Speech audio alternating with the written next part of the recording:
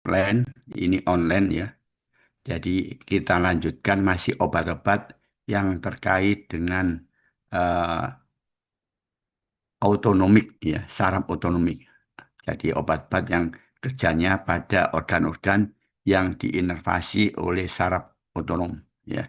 Dan sini kemarin kan ada yang simpatomimetik, parasimpatomimetik, simpatolitik, dan parasimpatolitik. Yang klonidin ini kelanjutan daripada obat-obat simpatomimetik ya, atau adrenergic drug, obat adrenergic. Ya. Jadi ini lanjutannya ya kemarin. Ya kemarin kan ada adrenalin, noradrenalin ya. Kita lanjutkan ya ada isoproterenol. Ini kita lanjutkan klonidin. Hmm. Jadi obat ini adalah Anda kalau belajar farmasi umum, obat itu kan macam-macam ya. Ada yang dari herbal, ada yang dari apa namanya bakteri, jamur, kuman atau mikroba. Ini disintetik ya, ada yang rekayasa genetik. Mungkin itu promles ya, sing apa yang memberikan kuliah. Jadi klonidin ini adalah termasuk sintetik ya dari derivat imadosolin. Ya, jadi dibuat, ditiru ya. Jadi ditiru dari kimia yaitu imidasolin. Memang ini dikenal ya untuk baik itu untuk hewan atau manusia dia dikenal sebagai obat untuk menurunkan tekanan darah ya yang kerjanya itu sentral yang terkait dengan reseptor alfa 2. Jadi memang ini kerjanya sangat-sangat selektif ya terhadap alfa 2. Jadi dia tidak bekerja ya artinya selektif. Jadi sebentar ya ini terusannya itu.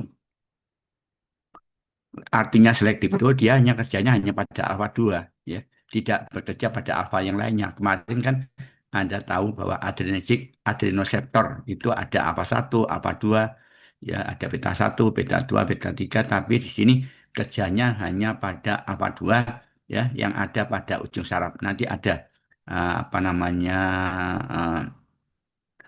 uh, farmakodinamiknya kita jelaskan ya, di mana letaknya alfa 2 itu ya. Ini farmakokinetiknya, jadi klonidin itu bisa diberikan dengan berbagai macam cara, ya, baik parenteral, oral, atau transdermal, ya, pet transdermal yang ditempelkan di kulit, ya. Jadi di sini dia eh, bisa oral, bisa intravena, ya oral pun absorpsinya sangat bagus dibanding obat-obat yang lain. Ini bioafilitasnya. Kalau Anda belajar farmakologi mungkin adalah uh, klonidin itu bisa masuk ke sirkulasi darah, bisa menembus sirkulasi darah, itu bisa diabsorpsinya sampai ke sirkulasi darah itu bisa 75% sampai 100%. Ini artinya sangat bagus.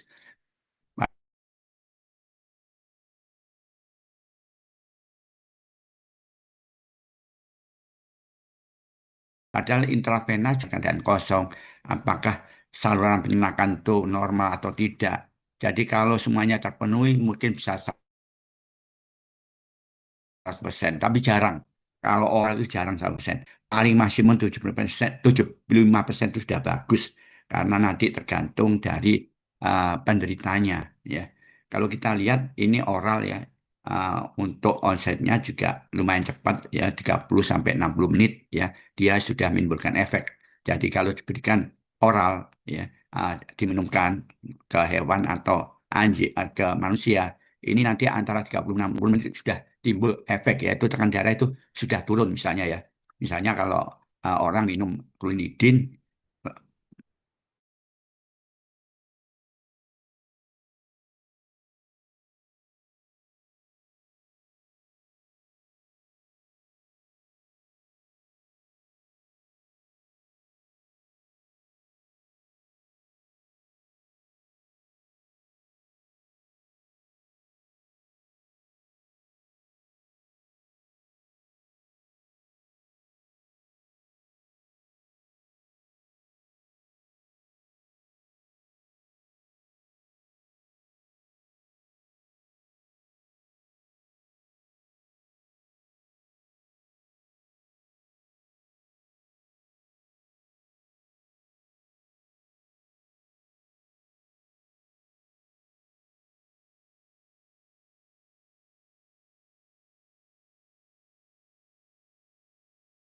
nanti bisa mencapai 24%, ya nggak tahu. Itu melalui riset dan tidak diberitahukan oleh pabrik. Untuk metabolismenya ya sama ya dengan obat-obat lain, di metabolisme di hati dan ekskresinya melalui uh, urin ya. Ini cara kerjanya terkait alfa 2 ini ya. Nanti nanti akhirnya apa? Akhirnya dia akan menghambat pelepasan norepinefrin. Tapi komplit nanti di bawah ada komplit.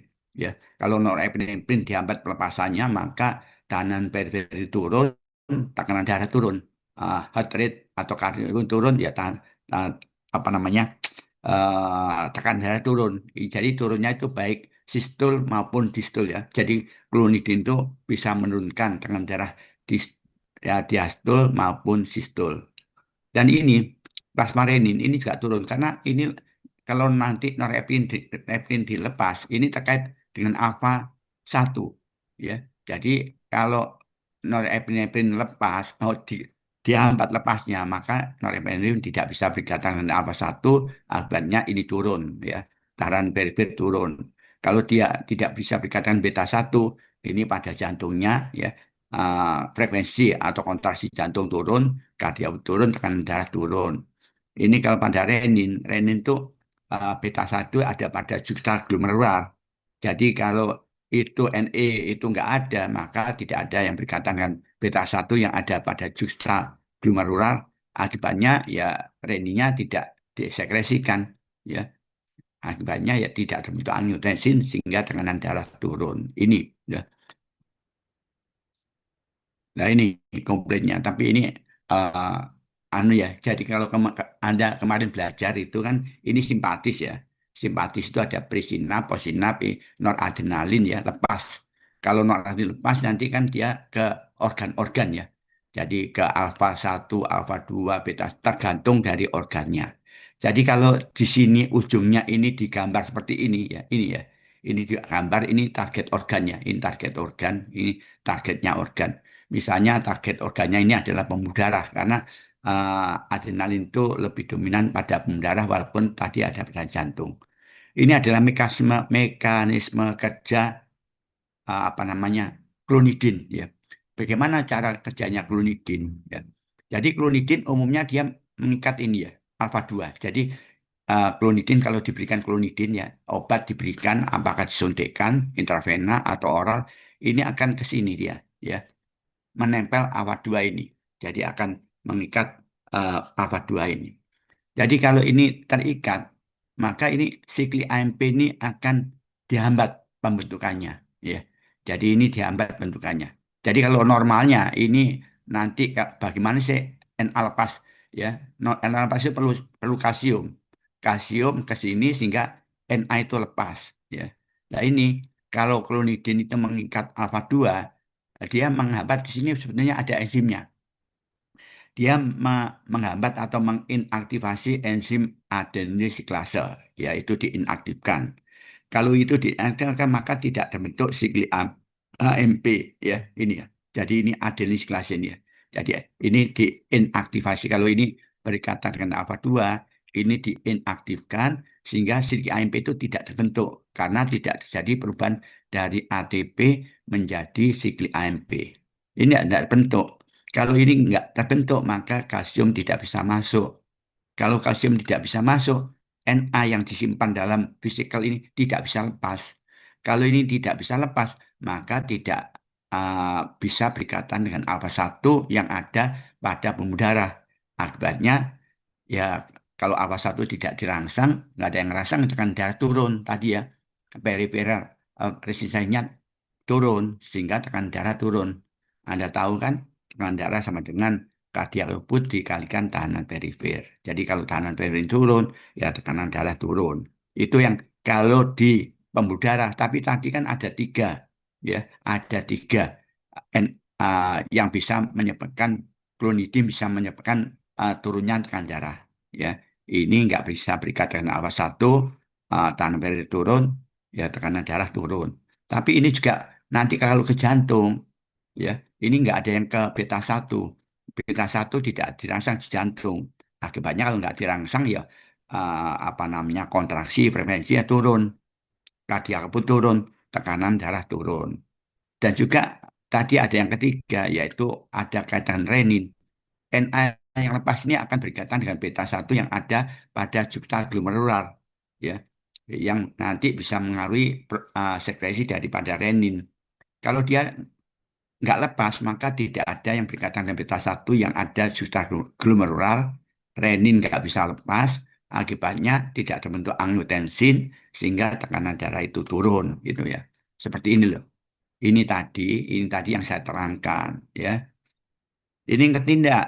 Halo, kecepatan enggak saya nerangkan tadi? Terlalu cepat enggak? Ini kok ada nggak yang jawab ya? Halo, suara saya terdengar enggak ya? Terdengar, Prof. Prof. Oh, Dengar, nggak Bro. dijawab loh. Dijawab, oh ya, dijawab gitu loh. Oh ya, sudah jelas. Oh, belum jelas gitu. Oh, kurang kurang jelas. Tinggal nanti apa namanya saya bisa apa kalau kurang jelas saya bisa jelaskan lagi ya. Kalau terlalu cepat bisa kita lambatkan ya. Ada yang tanya ini mekanisme klonidin dalam menurunkan tekanan darah ya. Jadi ini kerjanya hanya pada alfa 2 ya. Ini kerjanya alfa 2 tapi dampaknya nanti bisa ke alfa satu, ke beta satu ya. Karena apa? Karena ini kalau dirangsang ini nggak bisa lepas. Kalau ini nggak bisa lepas ya tidak berikatan dengan alfa satu sehingga tekanan darah turun. Tidak bisa berikatan dengan beta satu ya sehingga cardiac output juga turun, tekanan darah turun ya. Jadi benar dia ke sini tapi nanti ini kan kemarin kan ada bahan-bahan yang eh, misalnya nanti ada epedrin itu kerjanya melepaskan noradrenalin. Tapi ini kerjanya adalah menghambat pelepasan noradrenalin. Karena kalau dia meningkat alfa 2 ini dihambat pelepasannya. Sehingga organ-organ nanti dipengaruhi. Ya, Anda tahu bahwa noradrenalin itu punya reseptor banyak. Ya, jadi kalau yang terkait dengan tekanan darah ya pasti jantung dan pembuluh darah. Gitu.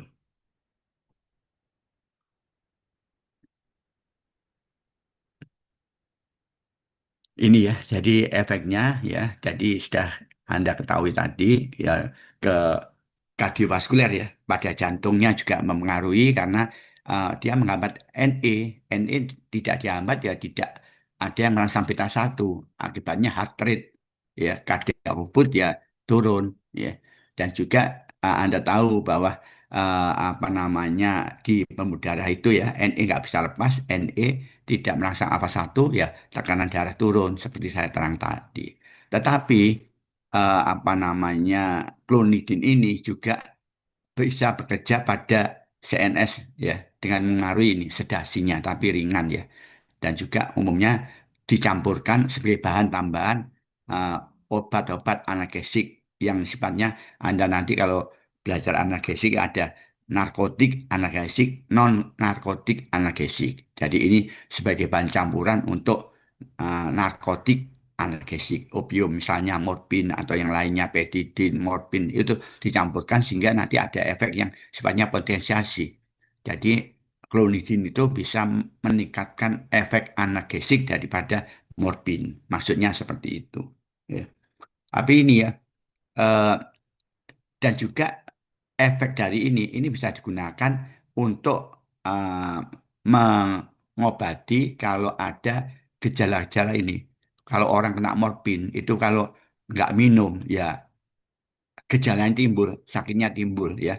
Mungkin badan sakit semua, macam-macam lah. Ini simptomnya itu, simptomnya banyak. Ini gejala putus obat. Jadi kalau mengkonsumsi opium ini langsung diputus mendadak itu ada istilahnya withdrawal symptom. Jadi gejala muncul. Nah, ini apa namanya klonidin ini bisa digunakan untuk pengobatan withdrawal symptom akibat pemberian nikotin atau opioid ya yang ketergantungan ya kalau morfin kan ketergantungan kecanduan morfin kalau dia nggak minum morfin nggak minum nggak minum atau injeksi di morfin ini akan timbul gejalanya ya badan sakit semua ya macam-macam lah ya gejalanya itu. Jadi klonidin bisa digunakan jadi kalau orang kena morfin ya untuk pengobatannya ini bisa diganti dengan klonidin ya karena dia juga bisa ke kerjanya di central nervous system. Ya, jadi tadi ya ini untuk penggunaannya ini ya. Jadi untuk mengurangi withdrawal syndrome pada orang yang ketergantungan opium atau morfin dan juga nikotin dan juga bisa utamanya ya digunakan sebagai ini obat utamanya ya sebagai anti hipertensi untuk menurunkan tekanan darah. Tapi dia juga bisa tadi ya dicampurkan dengan bahan itu yang sifatnya potensiasi. Jadi dua obat yang dicampur itu bisa menimbulkan efek potensiasi, adiksi, sinergisme. Itu mungkin sudah dijelaskan sama Prof. Meles harusnya ya. Tapi mungkin nanti dijelaskan lagi oleh Dr. Santi yaitu ada interaksi obat ya. Jadi ada interaksi obat, interaksi antara klonidin dengan obat-obat anestesi atau mungkin narkotik analgesik ya. Ini efek sampingnya ya. Ini karena dia kerjanya di zona saraf pusat yang ngantuk, letih ya. Jadi mungkin yang ngantuk ini hampir sama ya. Dosis sedasi yang ngantuk yang berat ya mulut kering ya. Jadi mulut kering itu konstipasi ini ada kaitan dengan norepinefrin yang diambat tadi ya. Kalau norepinefrin diambat ya dia di kelenjar saliva itu ada reseptornya alfa yang nggak dirangsang akibatnya mulut kering ya. Bradikardi, potensi ya tadi ya saya terangkan tadi. uh, Sexual dysfunction ya. Jadi mungkin ini ada yang apa namanya reseptor-reseptor yang ada pada organ reproduksi ini yang terkait dengan saraf simpatis ya, yang terkait dengan norepinefrin. Karena norepinefrin dihambat, pelepasannya ya ini tidak berfungsi. Dan ini harus tahu efek samping yang paling ini ya, ini ada namanya rebound hipertensi. Jadi hipertensi itu akan kambuh kembali ya, akan terjadi lagi jika klonidin itu pengobatannya dihentikan mendadak ya. Jadi kalau di stop mendadak ya ini hipertensinya meningkat lagi, terjadi tekanan darah yang meningkat lagi. Nah ini.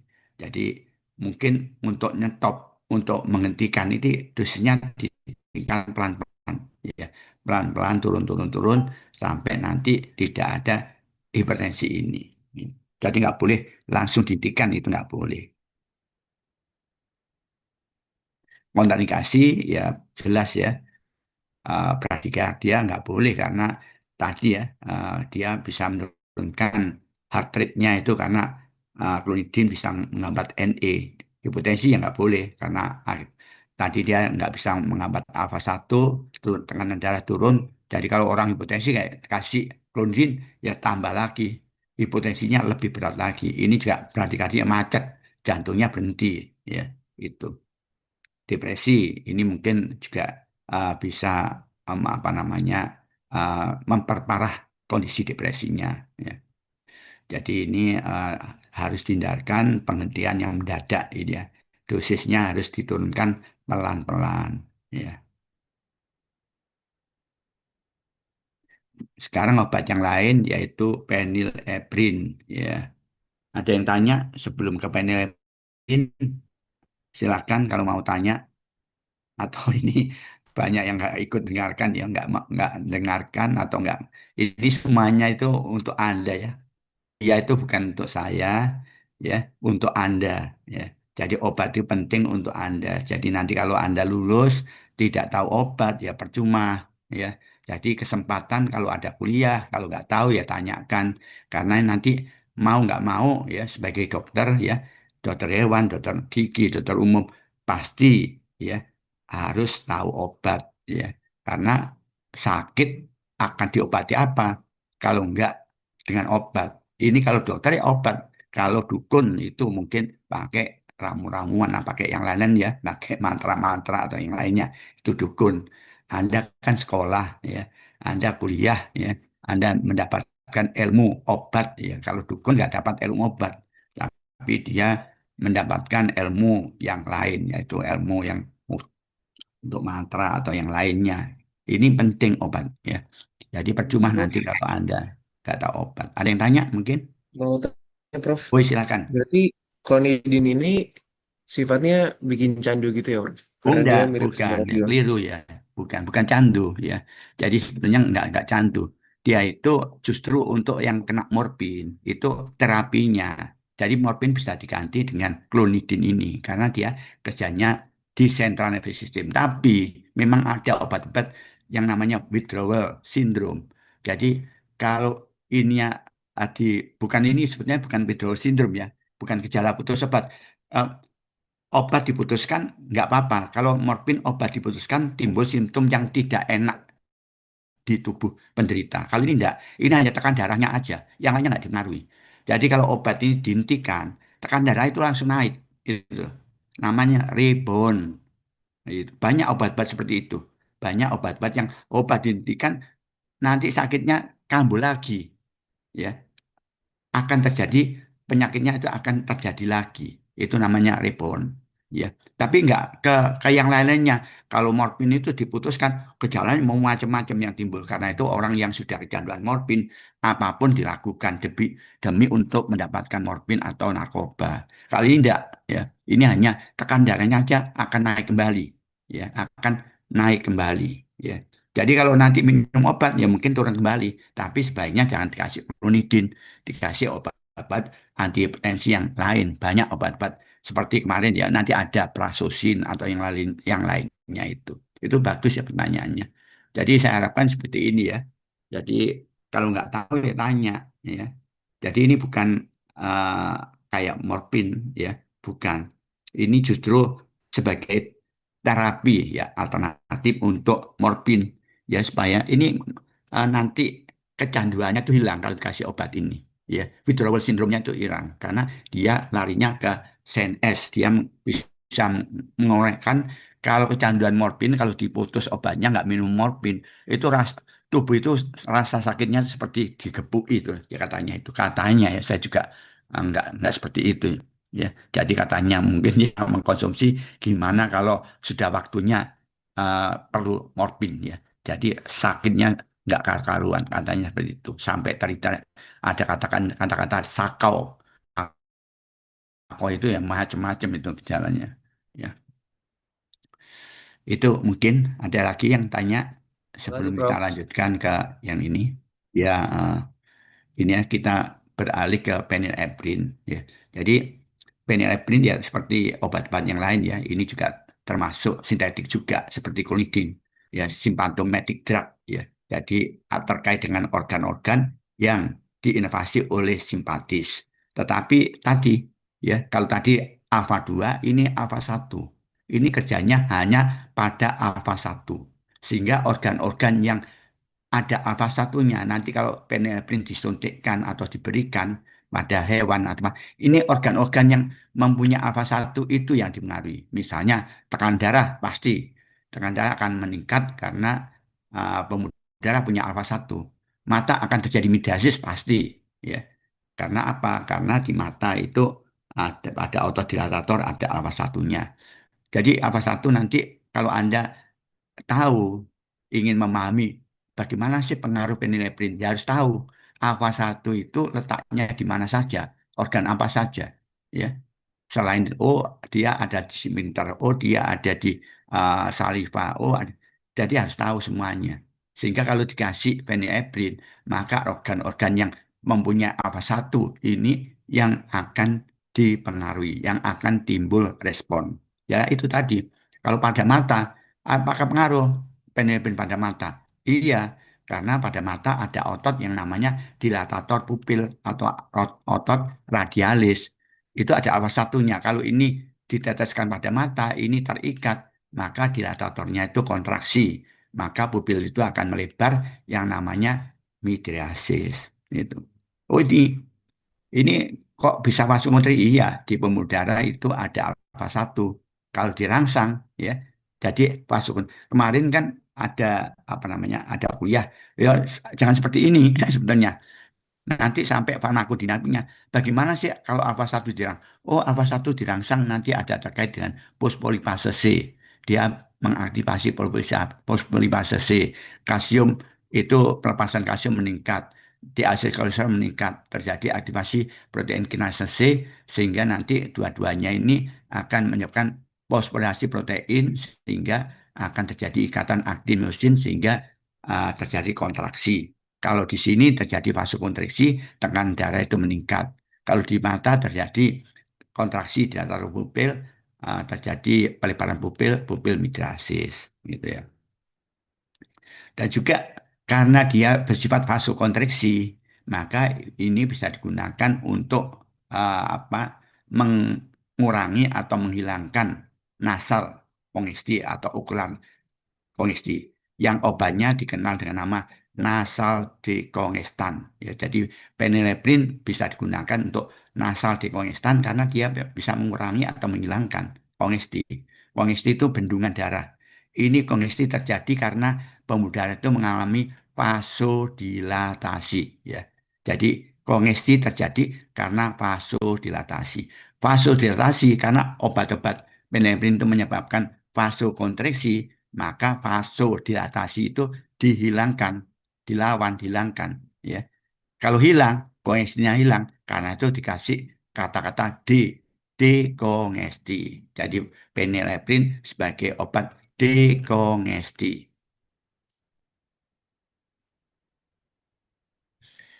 Ini sama ya, jadi penggunaannya juga apa namanya, cara pembelian juga bisa oral, bisa parenteral, bisa topikal ya. Topikal itu bisa obat tetes hidung, tetes apa mata, spray hidung. Jadi obat itu kalau di hidung kan bisa diteteskan, bisa disemprotkan. Ya ini termasuk kalau tetes-tetes itu termasuk yang topikal ya. Jadi parenteral pun bisa macam-macam, intra eh, intramuskuler, subkutan ya, bahkan bisa oral ya. Artinya apa? Oral ini dia sebetulnya uh, tahan ya, tahan untuk enzim COMT maupun MAO. Tapi di sini dia juga mungkin masih dimetabolisme oleh MAO. Tapi masih ada efek karena COMT-nya tidak memetabolisme ya. Karena itu mungkin kalau oral itu durasinya lebih singkat ya kalau oral itu karena dia mengalami ini metabolisme lintas pertama dirusak oleh MAO ya ini ya. Jadi absorpsinya ini ya. Jadi variabel ini variasi. Ya memang oral itu bisa baik bisa tidak absorpsinya tergantung dari penderitanya ya. Karena ini ke saluran pencernaan ya tergantung saluran pencernaan ada gangguan tidak, ada isinya tidak ya. Tapi di saluran pencernaan itu ada enzim yaitu MAO dan COMT. Di sini ada di saluran pencernaan itu MAO COMT. Tapi phenylephrine itu hanya dirusak oleh MAO. Oleh karena itu masih bisa diberikan oral. Tapi sangat jelek ya, lebih baik phenylephrine itu diberikan secara parenteral atau topikal. Ini pemberian umumnya ya. Tapi kalau mendesak kemungkinan bisa oral, masih bisa ya. Karena dia hanya dirusak oleh MAO, tidak COMT. Ini onsetnya juga sangat cepat ya. Untuk oral itu bisa antara 15 sampai 30 menit, tapi intravenal lebih cepat lagi, langsung ada efek ya. Phenylephrine. Untuk masa kerjanya singkat ya, 24 jam karena dirusakin. Jadi walaupun diberikan secara parenteral, tetap aja masih dirusak oleh ini, ya, MAO dan COMT. Kan nanti kan parenteral pun nanti dia akan mengalami metabolisme juga.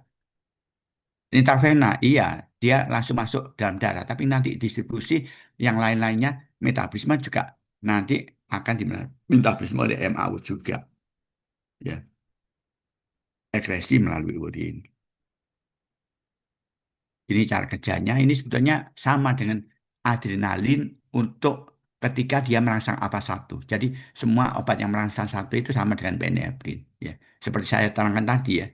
Jadi kalau alfa satu dirangsang, ya tidak langsung ini. Jadi saya terangkan tadi, ini ada kaitan enzim apa yang dipengaruhi. Oh, dia mengaktifasi enzim fosfolipase C. Oh, dia bisa meningkatkan kalsium yang ada di dalam intrasel. Oh, dia bisa membentuk diacylglycerol yang nanti bisa mempengaruhi protein kinase C menjadi aktif. Dua-duanya itu dia bisa menyebabkan fosforilisasi pada miosin sehingga terjadi ikatan aktin dan miosin pada otopolos pembuluh darah sehingga terjadi vasokonstriksi sehingga tekanan darah itu akan meningkat ya. Jadi sebetulnya kuncinya ya kemarin itu satu tok. Kalau Anda sudah tahu farmakodinamik atau mekanisme kerja apa namanya obat yang merangsang alfa satu itu semuanya sama. Semua obat yang merangsang alfa satu mekanismenya kerja sama. Apakah itu adrenalin, noradrenalin, ya epedrin, phenylephrine, ya.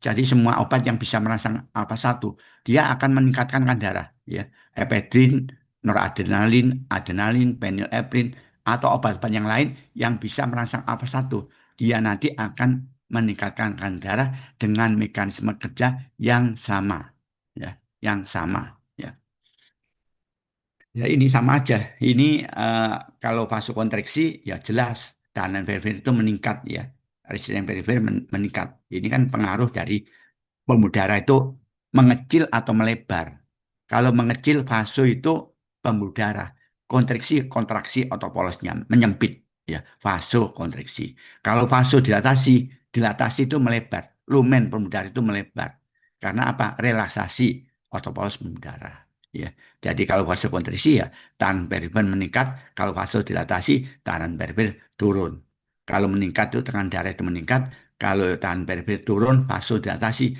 tekanan darah itu turun ya dan tadi karena dia bisa menghilangkan apa vasodilatasi tadi kan kongesti itu karena adanya vasodilatasi kongesti bendungan darah.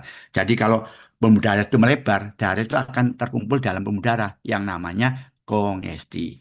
Peneprin ini mempunyai efek vasokonstriksi. Jadi dia bisa menghilangkan vasodilatasinya ya vasodilatasi menjadi vasokonstriksi sehingga kongesti itu hilang yang namanya D ya menurutnya kongesti itu nama lainnya dekongesti jadi apa namanya phenylephrine itu bisa digunakan sebagai obat dekongestan ya ini tadi ya alfa satu di mata ada pada otot dilatator pupil atau radialis sehingga dia menyebabkan midriasis atau pupil mengalami dilatasi pelebaran pupil. Ini mengerti nggak cara kerjanya tadi? Ya, kalau Anda ini belajarnya cuma di sini aja. Bagaimana sih kalau obat itu merangsang alfa satu? Jadi kalau Anda sudah tahu kalau obat merangsang alfa satu apa aja yang terjadi, semua obat yang merangsang alfa satu ya sama aja. Jadi semua sama aja, farmakodinamiknya sama. Antara noradrenalin, adrenalin, apa phenylephrine, tapi yang ada alfa satunya ya dia bisa merangsang alfa satu. Tapi ini kan hanya merangsang alfa satu. Kalau adrenalin kan bisa ke beta satu. Nanti ke beta satu ya semua obat yang merangsang beta satu itu ya sama farmakodinamiknya dengan adrenalin yang bisa merangsang beta satu. Ini tahu nggak yang saya katakan ini? Halo, halo, ngerti nggak? Ini kok agak responnya kok Ngerti. agak Oh, kok paham dok. apa? Kok agak lemot ya anunya. Karena ya online tuh nggak enaknya ya. Nah, seperti ini. Ini tadi ya eh, farmakologi efeknya. Jadi kardiovaskuler sudah kita terangkan, nasal mukosa sudah kita terangkan ya, dan pada mata juga iya. Nah ini yang belum ya. Jadi karena dia mempunyai efek vasokonstriksi ya lokal ya, maka dia bisa digunakan untuk kalau ada bukan perdarahan yang hebat ya, perdarahan yang ringan ya, kegores ada perdarahan yang tidak mudah berhenti. Ini bisa dideteksi phenylephrine sehingga perdarahan itu bisa berhenti. Atau juga bisa digunakan untuk memperpanjang obat-obat lokal anestesi.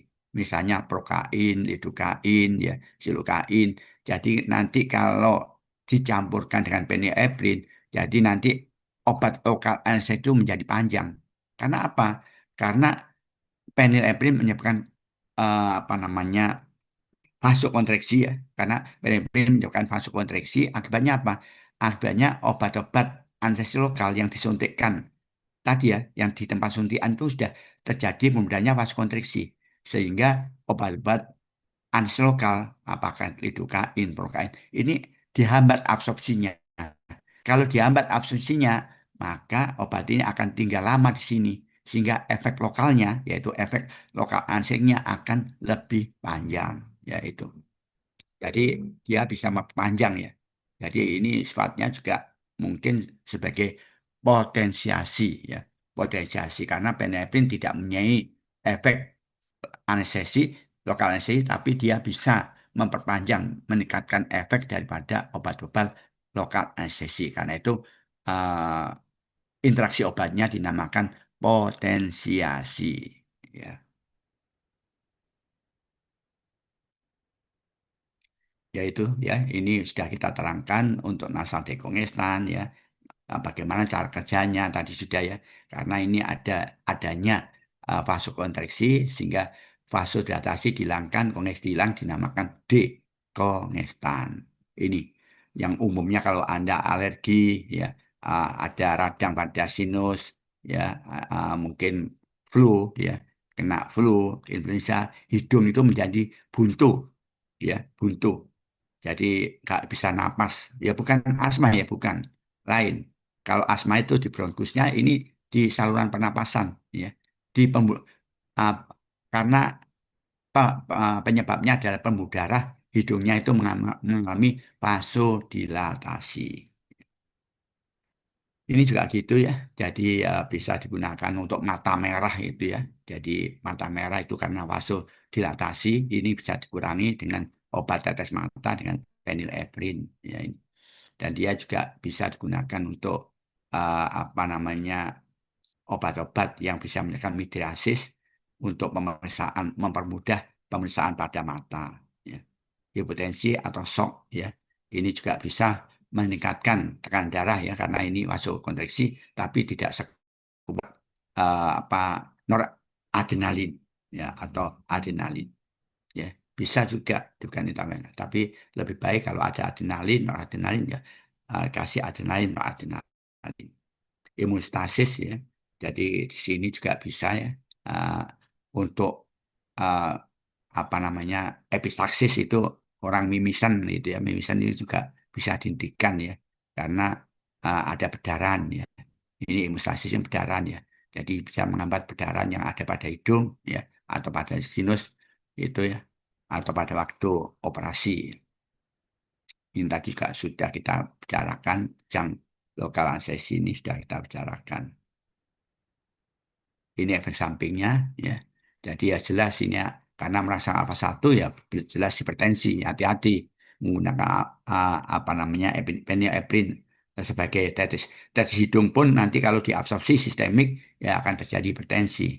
Refleks bradykardia ini adalah karena maka tubuh itu akan mengadakan refleks bradykardia atau baroreseptor refleks atau vagal refleks ya vagal refleks ya refleks ini kalau tekanan darah itu meningkat ya kalau tiba-tiba tekanan darah misalnya kalau Anda olahraga tekanan darah itu meningkat ya diukur setelah olahraga pasti kalau diukur detak jantung meningkat tekanan darah itu meningkat pasti tapi karena adanya refleks bradykardia ini tekanan darah itu akan menjadi normal kembali karena diturunkan dengan refleks ini dengan bradykardia ini atau vagal refleks karena nerve vagus yang merupakan saraf parasimpatiknya akan melepaskan asilkolin.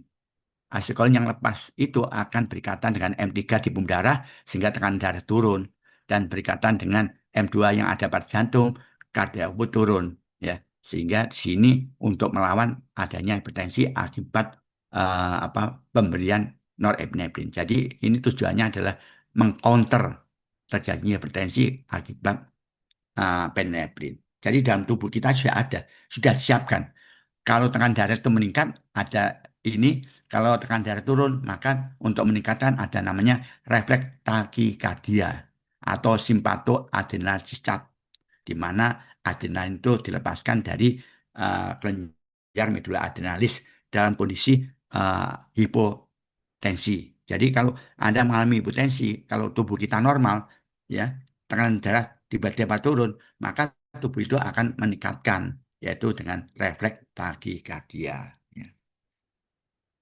Dan ini pun juga sama dengan klinikin ya, ada rebound.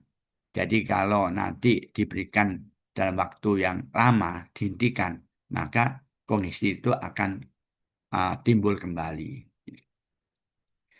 Untuk ischemia ini jarang ya, jadi ini uh, perlu dosis yang tinggi. Kontraindikasi ya sama aja ya, tidak boleh diberikan pada hipertensi ya, nggak boleh ya, tambahan meningkat stroke ya. Pada hipertiroid, hipertiroid ini adalah pembesaran kelenjar tiroid ya, T3, tiroksin 3, T4 meningkat. Ini kondisi ini bisa meningkatkan aktivitas simpatis. Aktivitas simpatis meningkat pada kondisi ini. Karena itu tidak boleh dikasih penelprin. Nanti tambah meningkatnya. Jadi tensinya tambah meningkat kuat, jantungnya detaknya lebih kuat, sehingga timbul efek yang tidak diinginkan. Ya. Demikian juga pada hipertrofi prostat. Ini terjadi penyempitan sphincter vesika urinaria. Jadi klepnya itu. Ini kan prostat itu kan hanya pada laki ya. Jadi pada vesika urinaria kandung kemih itu ada kelenjar prostatnya ini. Itu kalau membesar itu menekan sphincternya sehingga urin tidak bisa turun. Jadi kondisi hiperprostat ya. Jadi prostatik hipertrofi atau hiperprostat ini urin nggak bisa turun. Kalau dikasih ini penelpin ya tambah nggak bisa turun. Jadi retensi urin tambah hebat ya. Jadi orang kena prostat itu sulit buang air kecil karena akan timbun di dalam fisika urinaria. Jadi kalau dikasih penelpin, penelpin merangsang alfa 1 yang ada pada sphincter. Klepnya tambah menutup kuat sekali. Jadi urin tidak bisa turun ke uretra ya, sehingga akan terkumpul di dalam vesika urinaria. Ya, ini jadi memperparah. Jadi di sini mungkin kalau penggunanya jangan terlalu lama ya, jangan lebih dari 3-5 hari untuk menghindari risiko rebound tadi.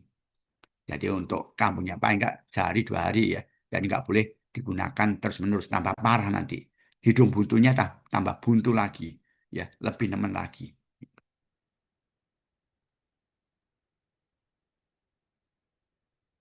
Ada yang tanya sebelum kita lanjutkan ke dobutamin? Aduh, anak-anak, Mau bertanya, Prof. ya silakan. Untuk yang tadi yang memperlambat absorpsi itu berarti bisa mempengaruhi dosis pemberian obat ya, Dok? Ya, Prof. Memperlambat absorpsi. Yang apa itu? Yang penileprin. Iya. Kalau penileprin atau yang apa? Mas ada kata-kata memperlambat absorpsi. Ya nggak bisa. Jadi Apa obat absorpsi, yang memperlambat itu? kalau absorpsi ini kita lihat aja ya. Tak terangkan lagi mungkin memperlambat farmakokinetik absorpsi ini. Ini variasi. Jadi tergantung saluran pencernaan. Ini kan hanya dirusak, penileprin itu hanya dirusak oleh MAO. Ya, jadi namanya mungkin ini diteraskan pada Prometheus ya, pas metabolisme. Metabolisme lintas pertama. Jadi kalau obat-obat diberikan oral, dalam saluran pencernaan itu sudah dirusak. Contohnya penileprin. Kalau diberikan oral, di dalam saluran pencernaan itu ada enzim MAO dan COMT. Tapi yang merusak hanya MAO. COMT tidak merusak. Ya, ini. Jadi nanti ini tergantung. Kalau oral itu tergantung, absorpsinya tergantung dari kondisi saluran pencernaan.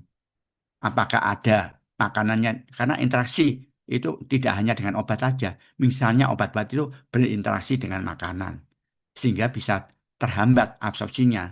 Itu maksudnya itu.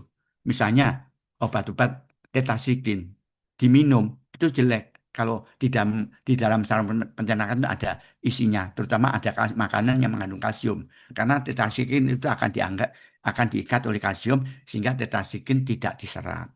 Tapi kalau nggak ada makanannya bagus. Karena itu dokter itu kalau memberikan obat ini harus diminum sebelum makan atau setelah makan. Diharapkan lambung itu kosong sehingga tidak ada yang mengganggu penyerapannya itu ya. Kalau memang dia dipengaruhi oleh makanan itu harus ya. Jadi kalau obat-obat dipengaruhi oleh makanan maka harus diminum 2 jam sebelum makan atau 2 jam setelah makan. Diharapkan lambung dalam keadaan kosong itu. Tapi juga kemungkinan ada keadaan patologis, misalnya ada enteritis, ada gastritis, ada yang lainnya, itu yang bisa mengganggu penyerapan. Jadi ini memang pemberian oral itu bioaktivitasnya sangat jelek, tergantung ya. Jadi tergantung, jadi banyak variasinya ya, tergantung dari kondisi daripada saluran pencernaannya. Jadi dia bukan memerlambat, bukan ya. Jadi bukan melambat. Jadi dia absorpsinya itu ya itu tadi tergantung ya. Itu ngerti ini Baik, Prof. Terima ya. kasih. Mm-mm.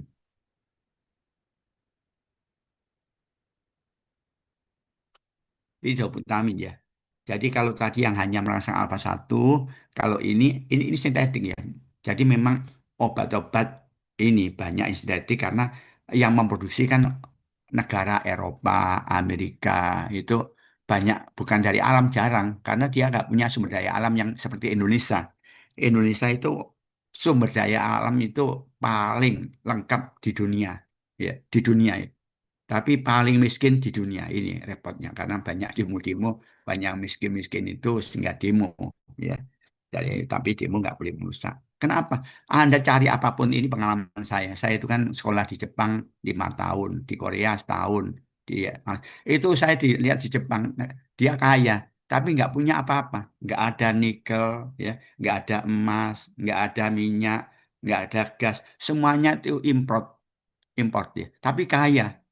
Indonesia semuanya ada tapi miskin. Ini loh repotnya. Aneh ini Indonesia ini.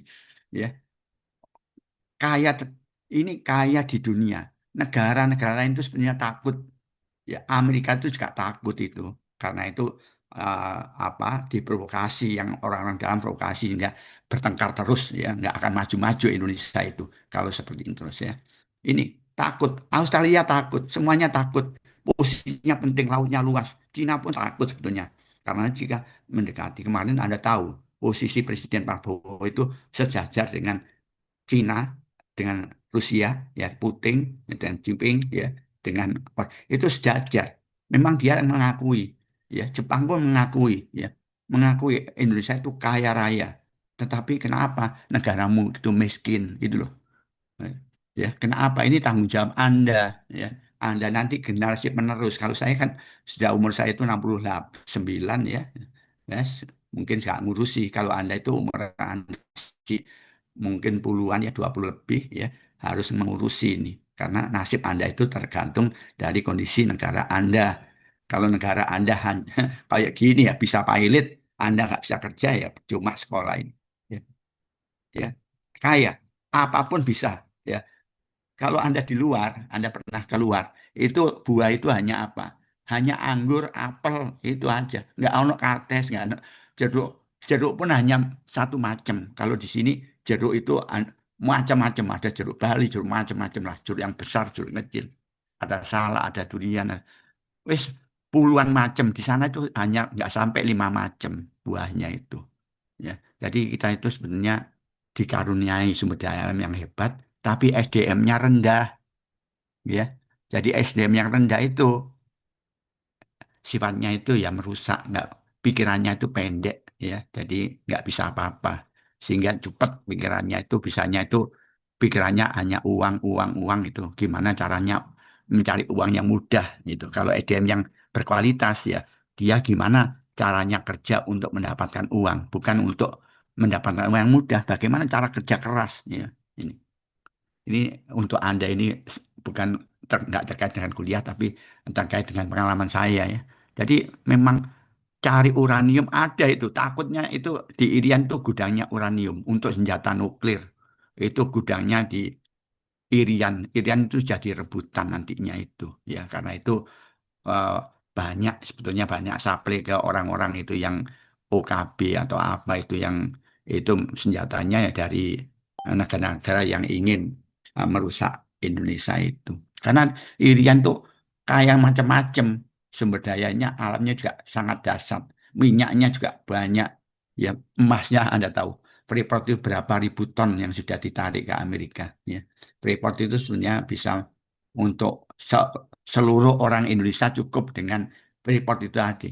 Tapi Anda lihat kehidupan orang Irian seperti itu kasihan juga. Dia punya sumber daya yang banyak tapi nggak bisa menikmati. Yang menikmati hanya segelintir orang aja, hanya berapa orang aja. Ya, itu kasihan sehingga ya mungkin dia jealous ya, mungkin dia ini ingin berontak karena melihat kekayaannya itu kok hanya dinikmati orang-orang tertentu aja. Itu kita lagi masuk ke kuliah ya, ya biar Anda termotivasi ya. Jadi negara kita ternak, ternak apapun ada, ikan sumber ikan wah ikan apapun ada ya, laut luas. Anda mau ternak apapun bisa di sini ya. Jadi bisa hidup ya. Jadi nggak kalah dengan negara-negara luar sebetulnya ya. Walau ini doputamin ya. Ini doputamin itu seperti phenylephrine. Kalau phenylephrine itu ke alfa satu saja, kalau ini ke beta satu saja. Jadi nanti organ-organ yang dipengaruhi adalah organ-organ yang punya reseptor beta satu. Ya, jadi nanti kalau disuntik doputamin anjing, ini nanti menempati reseptor beta satu pada organ-organ ya yang ada beta satunya. Jantung, iya pasti. Sudah glomerular, iya pasti. Ya, jadi dia mencari yang organ-organ yang ada beta satunya. Ya, ini. Memang yang dominan itu beta satu ada pada jantung yang dominan. Ya, jadi mau nggak mau kalau obat merangsang beta satu pasti larinya ke jantung pasti, tapi ke organ yang lain seperti glomerular atau ke organ-organ yang lain itu uh, masih kurang distribusinya. Ya itu karena itu dia sebagai uh, kardiak stimulan, dia merangsang otot jantung ya. Ini efek utamanya itu nanti bisa digunakan untuk cardiogenic shock ya, gagal jantung, jantung berhenti ya, shock ya. Shock ini karena jantung itu mau berhenti. Shock itu macam-macam ya. Ada shock hipovolemik, orang diare ya, orang muntah itu shock ya. Shock itu semaput itu, pingsan. Bisa pingsan, bisa semaput karena ini jantungnya mau berhenti ya. Terus nggak ingat apa-apa. Harus ditolong. Tolongnya pakai ini. Orang diare itu bisa shock, shock hipovolemik, lemes semaput ya. Orang eh, hipoglikemia, namanya shock, shock hipoglikemia, kadar gula darah yang drop ya, meningkat, hiperglikemia jelek, menurun ya bisa mati. Hipoglikemik shock mati. Anafilaktik shock karena alergi obat ya kemarin seperti kuliah kemarin ada alergi shock ya karena shock anafilaktik karena alergi yang berat. Nggak ditolong ya mati itu. Ini nggak ditolong ya mati karena jantung itu organ vital. Jantung nggak bisa berfungsi ya mati. Ya, ya ini satu-satunya ini yang paling drug of choice-nya ya ini. Ya mungkin bisa pakai adrenalin, bisa semua obat yang merangsang beta satu ya.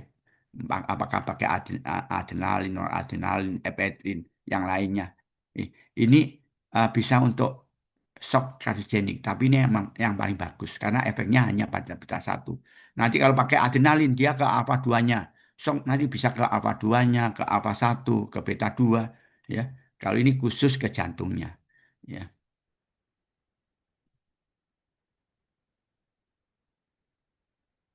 Ini farmakokinetiknya sebenarnya. Jadi apa namanya? Dia tidak bisa diberikan secara oral ya, dirusak ya oleh COMT. Ya, walaupun dia ini COMT itu enzim yang merusaknya itu lebih kuat daripada MAO ya. Jadi COMT itu. Jadi ini juga banyak organ-organ yang COMT ini. Jadi pemberiannya hanya secara infus, tidak bisa diberikan oral umumnya itu ya umumnya. Jadi tidak bisa diberikan secara oral karena gampang dirusak oleh COMT ya. Sehingga pemberiannya secara intravena yaitu jadi orang yang diinfus itu termasuk pemberian intravena ya. Jadi kalau Anda di UGD unit gawat darurat, jadi orang yang dalam keadaan darurat pemberian obat yang cepat ya diinfuskan. Nah, infus itu termasuk cara pemberian obat secara intravena ya. Karena infus itu masuk dalam vena. Karena itu sama dengan intravena, infus itu ya. Jadi ada intravena itu ada yang diinfuskan, ada yang disuntikkan, ya. Tapi kalau disuntikkan kan sekali nanti disuntik lagi supaya tidak berulang-ulang, maka diberikan secara infus kalau di gawat darurat itu. Dan ini nanti kan pemberian obat kan bisa berkali-kali. Kalau berkali-kali ya tinggal memasukkan ke cairan infusnya aja sehingga nanti masuk dalam pembuluh darah. Ya, itu. Jadi kenapa sih di UGD itu pemberian obat itu uh, pasti ya, pasti kalau dalam keadaan darurat pasti diinfuskan. Ya, ini pasti. Jadi onsetnya juga cepat ya. Kalau infus itu 1-2 menit karena intravena ya. Dan durasinya juga ini cepat hilang ya. Karena itu pemberiannya secara infus. Ini bisa berlanjut terus. Jadi obat itu bisa di maintenance, masuk dalam tubuh terus.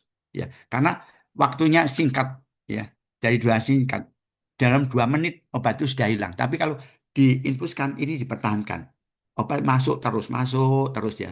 Sehingga akan punya efek terus. Jadi efek itu bisa dipertahankan pada pemberian infus. Ya.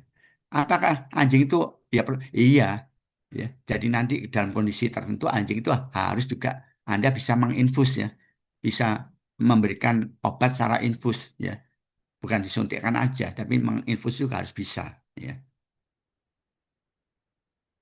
RSI melalui urin. Ini cara kerjanya, ini sama ya. Jadi obat-obat yang merangsang beta 1 ya semua farmakodinamiknya sama. Jadi ada kaitan dengan siklik AMP ya, dengan adenisklase. Kalau merangsang beta 1 apa itu adrenalin, noradrenalin, epedrin, doputamin itu kerjanya sama. Kalau dia merangsang beta 1. Kalau ini dirangsang maka adrenalin teraktivasi, maka terjadi perubahan ATP menjadi siklik AMP. Siklik AMP meningkat, ini yang bisa menyebabkan cardiac contractility. Jadi kontraksi otot jantung meningkat, ini nama lainnya. Mungkin buku-buku itu senang mengatakan cardiac contractility, tapi buku-buku mengatakan inotropik. Inotropik itu kontraksi. Jadi kontraksinya meningkat, inotropiknya positif. Ya. Kalau kontraksinya turun, inotropiknya negatif. Kalau frekuensi ini itu namanya kronotropik ya. Frekuensi itu kronotropik, kalau kontraksi itu inotropik. Jadi ada buku nggak mengatakan kontraksi enggak. Ada buku mengatakan positif inotropik, negatif inotropik, positif kronotropik, negatif kronotropik. Kalau kronotropik CHR.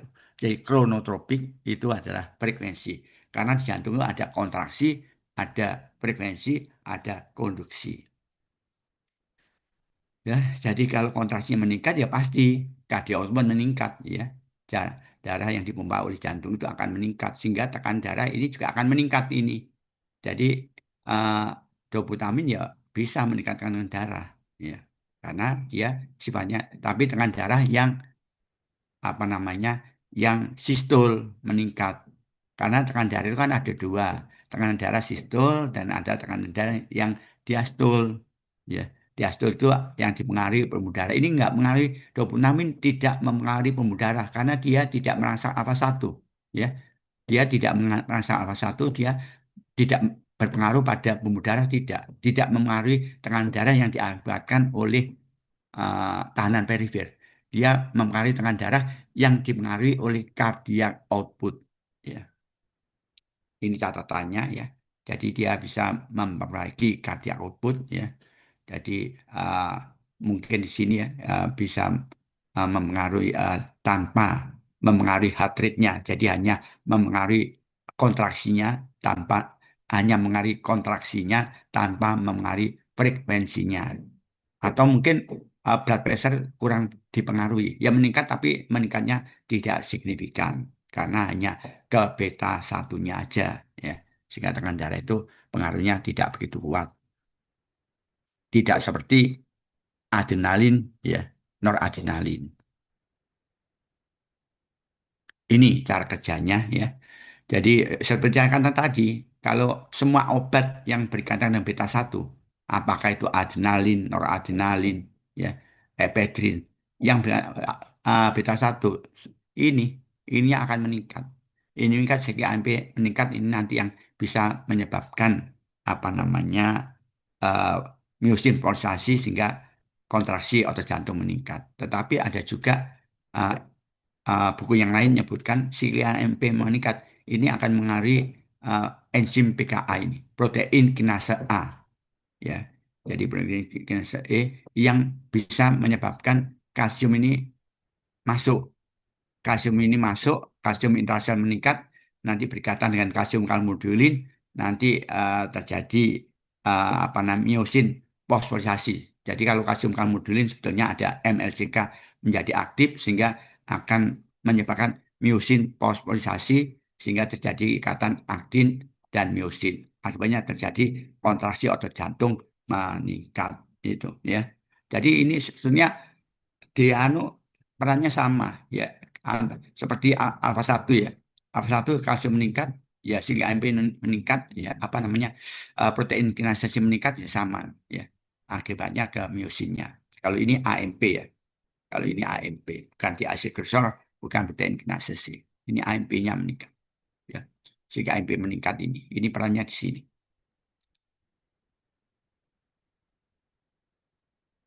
Ini efeknya ya tadi ya untuk meningkatkan rasio otot jantung. Ini ringan yang hampir tidak dipengaruhi, tapi ini kurang dibanding isoproterenol ya. Kuat kalau ini kuat ya, ini lemah untuk prevensinya ya.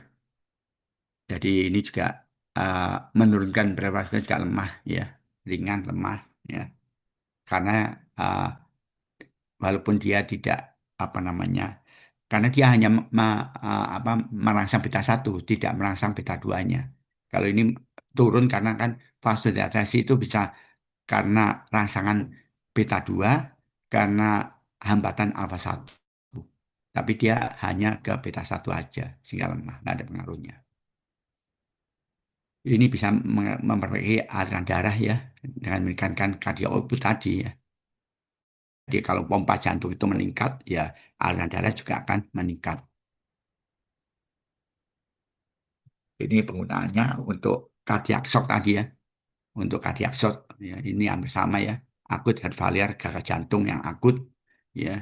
Misalnya adanya myocardial infarct, ya, kerusakan sel-sel otot jantung karena ischemia, ya, bisa digunakan. Ya, ini cardiogenic shock karena jantung itu mau berhenti, aliran darah itu juga tidak lancar, maka ini bisa dikasih ini bisa membaiki cardio output sehingga nanti aliran darah yang ke jaringan itu bisa diperbaiki. Ini yang nggak boleh karena kan dia ke beta 1. Kalau ada takikardia dikasih doputamin ya tambah nemen takikardianya itu lebih parah ya. Tambah parah ya kemungkinan jantung itu capek berhenti ya sudden death. Ini selanjutnya salbutamol. Ada yang tanya sebelum kita lanjutkan ke obat yang lain?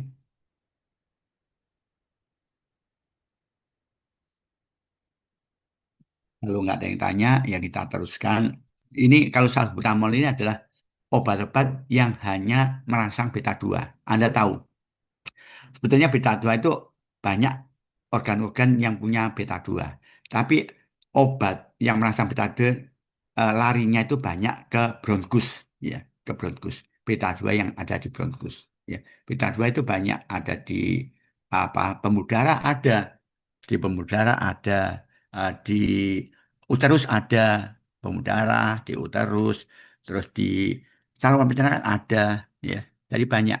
Tapi obat-obat yang ditemukan ini memang tujuannya untuk asma. Jadi selain salbutamol itu ada misalnya terbutalin, ritrodin, metoprolol, ya, itu adalah semua obat itu merangsang beta 2. Dia hanya merangsang beta 2. Dan tujuannya adalah untuk menyebabkan bronkodilatasi.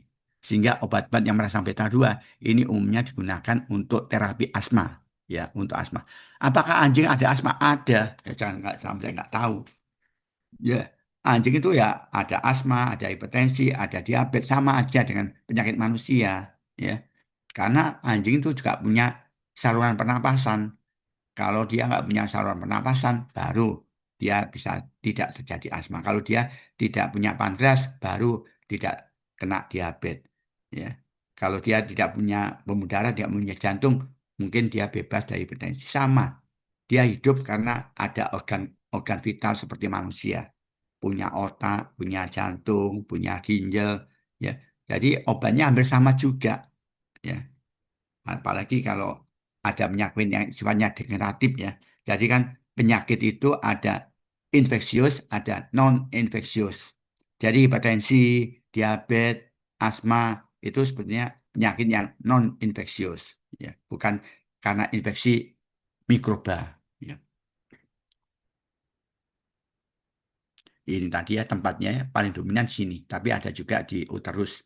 Ini kalau ini bronkiolitasi, kalau ini relaksasi otot uterus. Ya. Ini karena itu obat-obat yang merangsang beta 2 ini bisa digunakan sebagai obat tokolitik. Ya, misalnya itu ya, tokolisis, tokolitik. Ya, ini. Jadi dia merelaksasi. Apa tujuannya obat tokolitik? Itu untuk menghindari terjadinya eh, kelahiran yang prematur, ya. Jadi kelahiran yang terjadi prematur, itu ya. Supaya tidak terjadi kelahiran dini, maka bisa dikasih obat-obat yang bisa merangsang beta 2 ini. Seperti Ritrodin, salbutamol, itu bisa. Ini ya, jadi ini mengganggu deh. Ini mekanisme kerjanya ya. Jadi sama. Semua obat beta 2 ya. Ini ada kaitan dengan singkat AMP sama ya. Ya. Jadi apakah itu adrenalin, noradrenalin ya. Jadi salbutamol, Ritrodin, semua obat yang merangsang alfa 2 ini akan mengaktifasi adenosklase. Ini akan meningkatkan, tapi si AMP yang meningkat itu beda dengan yang di jantung. Kalau di jantung kontraksi meningkat, kalau ini justru menyebabkan relaksasi, ya relaksasi. Ini ada penelitian juga si AMP yang meningkat, ini bisa menghambat, ya menghambat masuknya kalsium, itu.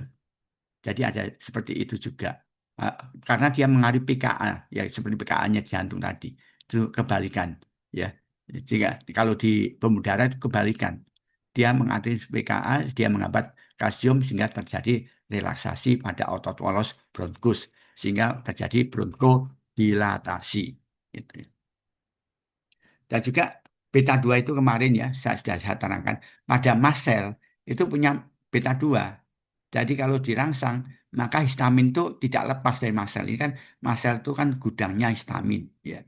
Ini gudangnya mediator yaitu histamin. Jadi kalau ini dirangsang beta 2 di mast cell, ini kenapa adrenalin itu lebih baik daripada noradrenalin untuk anaphylactic shock? Ini karena juga kuncinya juga di sini.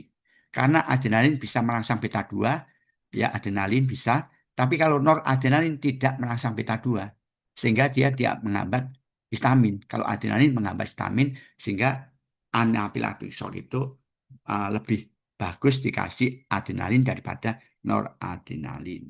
Ya. Ini juga sama. Ya. Ini juga merangsang beta 2 di mast cell, sehingga ini juga bagus untuk asma yang alergi. Asma itu kan macam-macam penyebabnya ya. Salah satunya asma karena alergi. Jadi kalau alergi akibat histamin, mungkin ini sangat bagus obat-obat beta 2 itu digunakan untuk pengobatan asma karena alergi. Bahkan ya asma yang nggak alergi pun bisa karena dia juga merangsang beta 2 yang ada di otot polos bronkus. Ya, si AMP meningkat, relaksasi otot polos bronkus, maka terjadi bronkodilatasi. Ya. Jadi dia bisa untuk asma, bisa untuk alergi juga, tapi alergi yang terkait mungkin yang terkait dengan asma itu lebih bagus.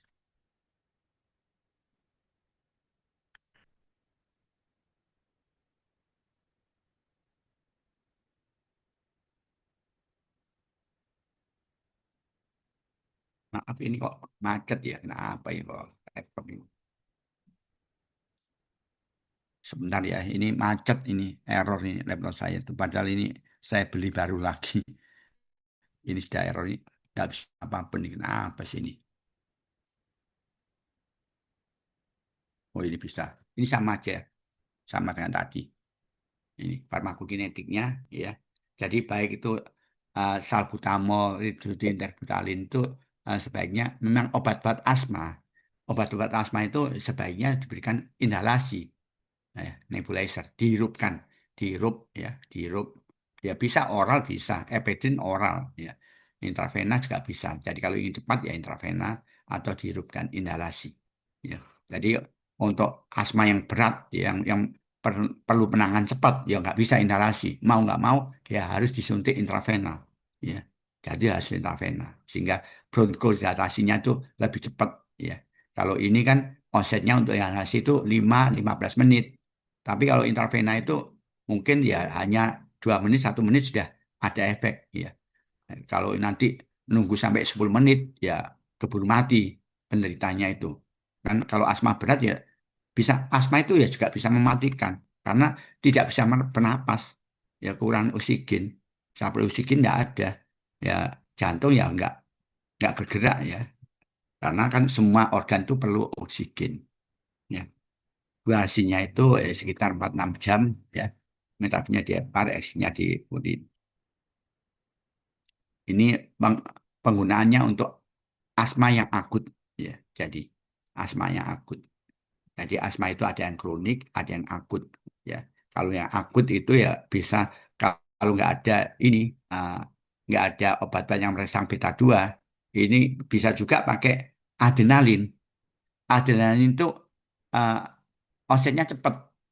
Ya, onsennya sangat cepat. Itu bisa untuk akut kan. Jadi untuk asma yang akut perlu obat-obat yang onsetnya cepat seperti noradrenalin. Bisa enggak noradrenalin? Halo, bisa enggak ini asma yang dikasih noradrenalin? Nggak bisa, Prof. Tidak bisa karena dia tidak merangsang beta 2. Jadi obat-obat yang bisa digunakan untuk asma adalah obat-obat yang bisa merangsang beta 2. Ya, yang bisa merangsang beta 2. Apakah itu epedrin, apakah itu adrenalin, ya, apakah itu salbutamol, rikludin. Pokoknya semua obat yang merangsang beta 2 itu bisa digunakan untuk asma. Tapi tergantung asma akut atau yang kronik. Kalau akut ya dicari obat-obat yang kerjanya cepat, ya. Seperti tadi apa namanya?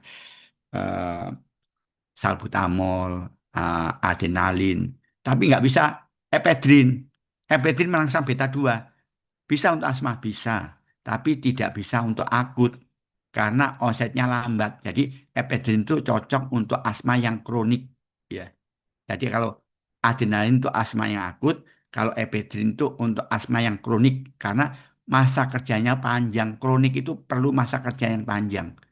Jadi epedrin itu masa kerjanya panjang, tapi onsetnya lambat. Jadi nggak bisa untuk akut. Untuk kronik karena dia masa kerjanya panjang, ya epedrin ya. Jadi itu bedanya penggunaan asma, apa penggunaan adrenalin dan epedrin untuk asma, ya. Bedanya di situ. Yang satunya untuk akut, yang satunya untuk kronik. Yang satunya itu masa kerja, mula kerjanya onsetnya cepat sehingga untuk akut. Yang ini kronik karena masa kerjanya panjang, bisa digunakan untuk yang kronik ya. Karena epidemi punya masa kerja yang panjang, maka bisa digunakan untuk asma yang kronik.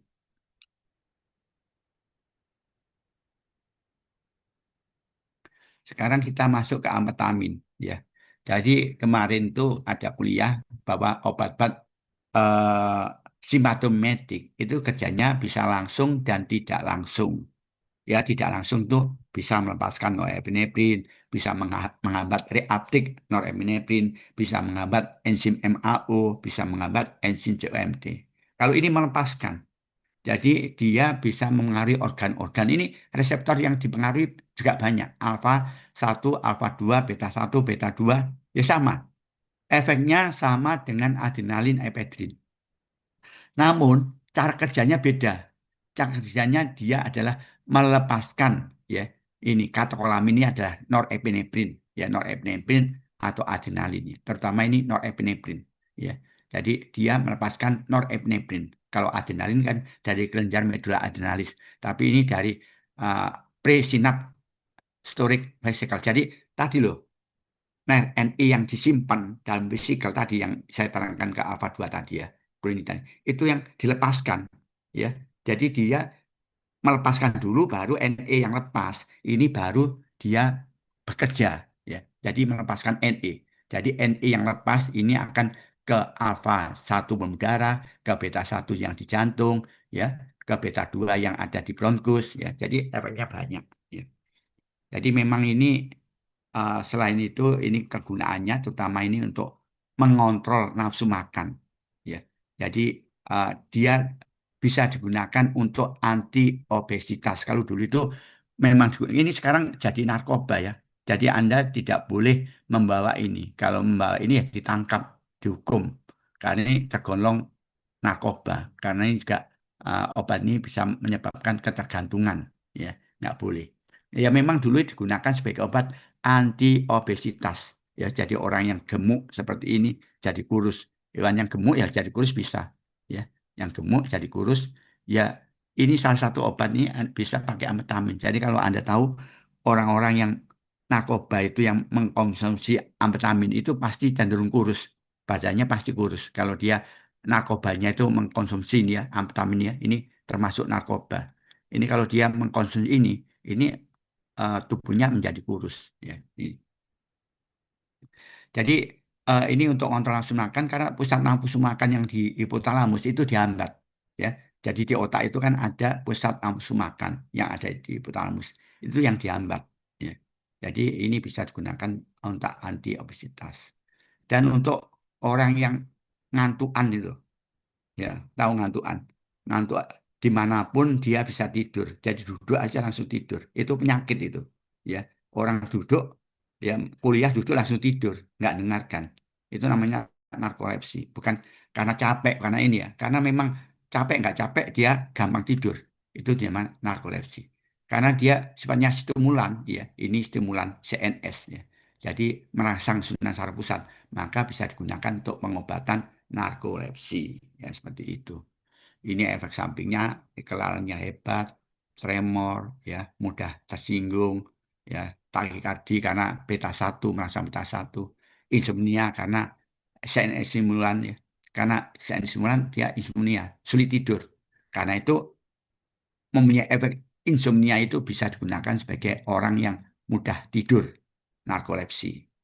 Dan hipertensi karena dia NE itu ke beta 1 ke alfa 1 maka efek sampingnya hipertensi. Ada yang tanya tentang ini sebelum kita lanjutkan? Ada yang Aku tanya? mau tanya, Iya, silakan. Ah, berarti untuk amfetamin ini sendiri itu mengakibatkan insomnia terhadap, jadi makanya itu bagus buat orang-orang yang mengalami narkolepsi gitu kah? iya, iya.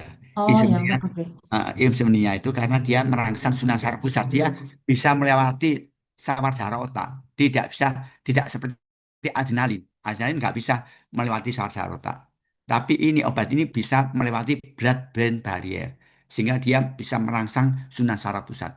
Jadi obat-obat yang bisa menstimulasi, bisa merangsang sunan saraf pusat, umumnya menyebabkan insomnia. Epedrin bisa ke CNS. Jadi kalau orang disuntik anjing, disuntik epedrin. Epedrin itu kalau dia melewati saraf otak, kerjanya di otak. Bekerja pada susunan saraf pusat di otak, CNS, ya. Ini di brainnya itu. Maka dia akan merangsang susunan saraf pusat ini. Ya, sehingga bisa menyebabkan insomnia. Ya, ini amfetamin sama. Jadi epedrin amfetamin itu menyebabkan insomnia karena dia bisa merangsang susunan saraf pusat. Gitu. Dan umumnya ini amfetamin ini karena kuat sekali ya. Kalau epedrin bisa tapi lemah. Jadi kalau orang narkoba itu nggak tidur semalam pun bisa atau 2 malam pun bisa. Tidak makan semalam pun bisa.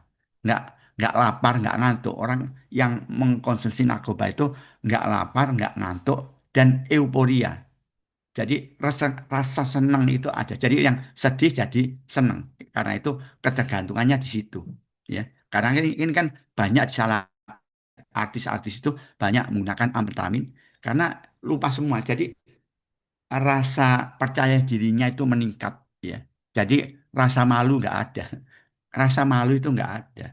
Jadi percaya diri meningkat, euforia, terus tadi di samping itu dia bisa merangsang sunan saraf pusat menyebabkan insomnia tadi, ya. Jadi nggak bisa tidur dan juga bisa menekan pusat nafsu makan. Jadi epedrin nggak ada kaitan dengan pusat nafsu makan nggak ada. Ini amfetamin yang ada ini. Jadi ya ada tapi lemah ya. Tapi kalau epedrin itu kuat sekali. Jadi kalau yang gemuk ingin kurus, ya ini cepat menurunkan badan cepat. Tapi kan risikonya kan withdrawal syndrome. Jadi jadi ketagihan nantinya itu, ketagihan itu. Atau nanti ada rebound obesitas. Jadi kalau nggak minum obat ini ya akan gemuk lagi, ya percuma itu loh. Ya.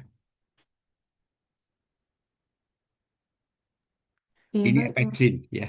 Epedrin itu sebetulnya sama ya dengan adrenalin efeknya itu. Tapi ya bedanya tadi, bedanya itu hanya masa kerjanya itu panjang karena dia tidak dirusak oleh MAO maupun COMT ya. Ini. Jadi masa kerjanya panjang karena dia tidak rusak oleh MAO maupun COMT sehingga dia bisa diberikan oral. Kalau adrenalin tidak bisa diberikan oral karena dia dirusak oleh COMT, katakan O-metil transferase dan monoamin oksidase ya, dan juga tidak bisa diberikan oral. Masa kerjanya singkat, tidak bisa oral kalau adrenalin. Kalau ini kebalikan. Ini masa kerjanya panjang dan bisa berikan oral karena dia tidak dirusak oleh enzim COMT maupun MAO. Ya. Jadi sama dengan adrenalin ya. Jadi ini juga apa namanya bisa merangsang semua reseptor alfa 1, alfa 2, beta 1, beta 2. Jadi bisa untuk apa namanya kongesti bisa, sebagai dekongestan bisa, karena merangsang apa satu. Bisa untuk asma bisa, karena merangsang beta 2. Ya, itu contohnya seperti itu. Jadi indikasinya bisa untuk asma, bisa untuk nasal dekongestan, untuk hipertensi, karena ya dia bisa merangsang beta 2, bisa merangsang alfa satu, bisa merangsang alfa satu, sehingga bisa digunakan untuk itu. Ya, karena dia bisa meningkatkan tekanan darah, merangsang alfa satu, bronkodilатasi, merangsang beta 2, ya, CNS stimulan karena dia bisa melewati sawar-darah otak ya ini. Jadi eh, rasa capek itu juga hilang ya, mencegah ngantuk karena insomnia ya. Rasa ngantuk nggak ada. Itu lebih berat lagi amfetamin. Jadi kalau minum amfetamin itu capek itu hilang semua. Jadi isinya gembira tok, gembira, rasa gembira, nggak ngantuk, nggak eh, nafsu makan nggak ada ya itu. Sehingga banyak disalahgunakan. Ada yang tanya lagi? Silakan kalau mau tanya. Kalau ada yang tanya, silakan. Ini eh, mirip-mirip pseudo epedrin. Mirip karena epedrin itu banyak efek sampingnya, maka dicari obat ya, sintetik tiruan ya yang mirip dengan epedrin yang namanya pseudoepedrin. Jadi ini derivat stereoisomer daripada epedrin, derivatnya epedrin karena dinamakan pseudo. Penggunaannya sama, persis dengan apa namanya epedrin, tapi efek sampingnya itu lebih kecil ya. Mungkin insomnia tidak ada ya. Jadi yang lain-lainnya itu nggak ada. Walaupun dia bisa menikmati blood brain, itu efek-efek yang seperti yang ditimbulkan oleh epedrin itu tidak terjadi efek samping itu. Tapi kalau meningkatkan tekanan darah iya, jantung iya, karena tetap aja dia ke apa namanya ke alfa satu dan beta satu iya tetap ya. Nah, dan ya sama. Intinya eh, dia itu persis dengan epedrin, tetapi efek samping itu eh, lebih ringan karena ini eh, yang terbaru ya. Ini sekarang sebagai pengganti daripada epedrin ya digunakan pseudoepedrin. Ini ya, ini kalau dibagi lagi obat-obat yang diringkas lagi, apa sih penggunaan obat-obat simpatomimetik atau adrenergic drug atau adrenoreceptor drug, adrenoreceptor agonis? Ya ini penggunaannya itu bisa untuk meningkatkan tekanan darah. Jadi kalau Anda ingin mengobati hipotensi pada anjing, oh anjing itu ada hipotensi, maka bisa dicari obat, diberikan obat-obat seperti ini. Apakah pakai metoksamin, phenylephrine, dopamin, epedrin. Kalau untuk asma, Ya, untuk asma mungkin bisa pakai ini obat-obat yang merangsang beta 2. Ini obat-obat yang terutama yang merangsang alfa 1. Ini yang merangsang beta 2. Bisa terbutarin, salbutamol, albuterol ya, ini nama lain salbutamol itu albuterol. Ya, albuterol bisa juga isopenalin, formoterol saya banyak ya. Kalau ini stimulan, ini obat-obat yang melepaskan norepinefrin. Ya, dicari obat-obat yang bisa melepaskan norepinefrin yang bisa masuk ya. Terutama yang ini obat-obat yang bisa menembus sawar darah otak ya. Jadi obat-obat ini bisa menyebabkan ini harus ya, syarat mutlak harus bisa melewati blood brain barrier ya. Jadi bisa melewati sawar darah otak. Ini yang bisa merelaksasi uterus, obat-obat ini harus merangsang beta 2. Seperti asma ya. Jadi asma itu beta 2, ini ya beta 2. Tapi tidak semua obat yang merangsang beta 2 yang untuk asma itu bisa untuk merelaksasi uterus. Ya, ini hanya ritrogin, salbutamol, terbutalin, isosuprin ya. Yang lainnya tidak bisa ya. Ini empat ini yang bisa digunakan untuk uh, tokolitik untuk menghindari terjadinya kelahiran yang dini, prematur ya, kelahiran yang prematur. Jadi prematur itu bisa dicegah dengan obat-obat ini ya. Ini adalah obat-obat yang bisa merangsang uh, kontraksi otot jantung ya. Jadi yang umumnya digunakan untuk cardiogenic shock ya. Ini bisa pakai isoprenalin, doputamin, adrenalin. Tapi mungkin yang paling bagus adalah doputamin. Ini untuk nasodongstan ya, obat-obat yang merangsang alfa 1 yang ada pada saluran pernapasan ya. Anda bisa pakai phenylephrine. Ini yang paling banyak digunakan. Silometasolin, oxymetasolin ini juga banyak digunakan, nafsolin, atau pakai pseudoephedrine yang sifatnya umum. Ephedrine bisa, pseudoephedrine juga bisa. Ya. Ini untuk anti obesitas atau anoreksia, untuk menghambat nafsu makan. Ya. Oreksia ya, anoreksia. Jadi nafsu makan itu hampir nggak ada. Kalau minum obat ini, nafsu makan itu hilang. Kalau nafsu makan hilang, badan itu menjadi kurus. Ya. Ada yang tanya dari sini? Saya izin Silakan tanya, kalau mau Pak. tanya. Iya, silakan. Apa Tadi tanyanya? pseudoephedrine punya penggunaannya sama persis kayak Ah, ephedrine dengan efek iya, samping yang lebih ringan. ah, Nah, iya. apakah ephedrine itu berarti saat ini masih digunakan atau tidak, Pak? Oh, masih. Jadi kalau Anda minum obat-obat flu, itu Anda lihat, itu kadang-kadang ada ephedrine-nya. Tapi obat flu yang baru-baru menggunakan pseudoephedrine. Masih tetap obat lama itu masih digunakan. Karena umumnya obat yang lama itu harganya lebih murah daripada obat yang baru. Jadi kan menemukan obat baru kan kemungkinan ya efeknya lebih bagus itu lah yang sehingga harganya lebih mahal. Karena dimodifikasi perlu biaya. Jadi obat baru itu pasti mahal. Karena itu tadi perlu biaya-biaya untuk memperbaiki khasiat obat itu. Oh, ephedrine merubah menjadi pseudo itu perlu biaya yang tinggi. Karena itu harganya pasti mahal. Pseudo dan ephedrine. Ephedrine lebih murah, pseudo lebih mahal. Itu. Itu kan uh, pabriknya mengadakan riset, untuk riset itu juga menemukan pseudo, menemukan obat baru. Ya, itu perlu waktu lebih dari 10 tahun. Ya, karena 15 tahun, paling cepat 10 tahun. Karena uji-uji itu dilakukan banyak sekali. Ada uji praklinik, ada uji klinik. Uji praklinik itu banyak sekali. Ini yang pernah saya lakukan. Ya. Saya kan menemukan obat anti hipertensi. Ya. Jadi endothelin blocker. Itu pun sampai sekarang belum ketemu. Masih dilanjutkan terus. Saya menguji farmakodinamiknya. Farmakodinamiknya belum. Waktu itu saya menguji mekanisme kerjanya. Bagaimana dia mempunyai efek antihipertensi. Itu yang saya uji, yang saya temukan. Saya menemukan, saya uji. Nah, ini perlu uji yang lain.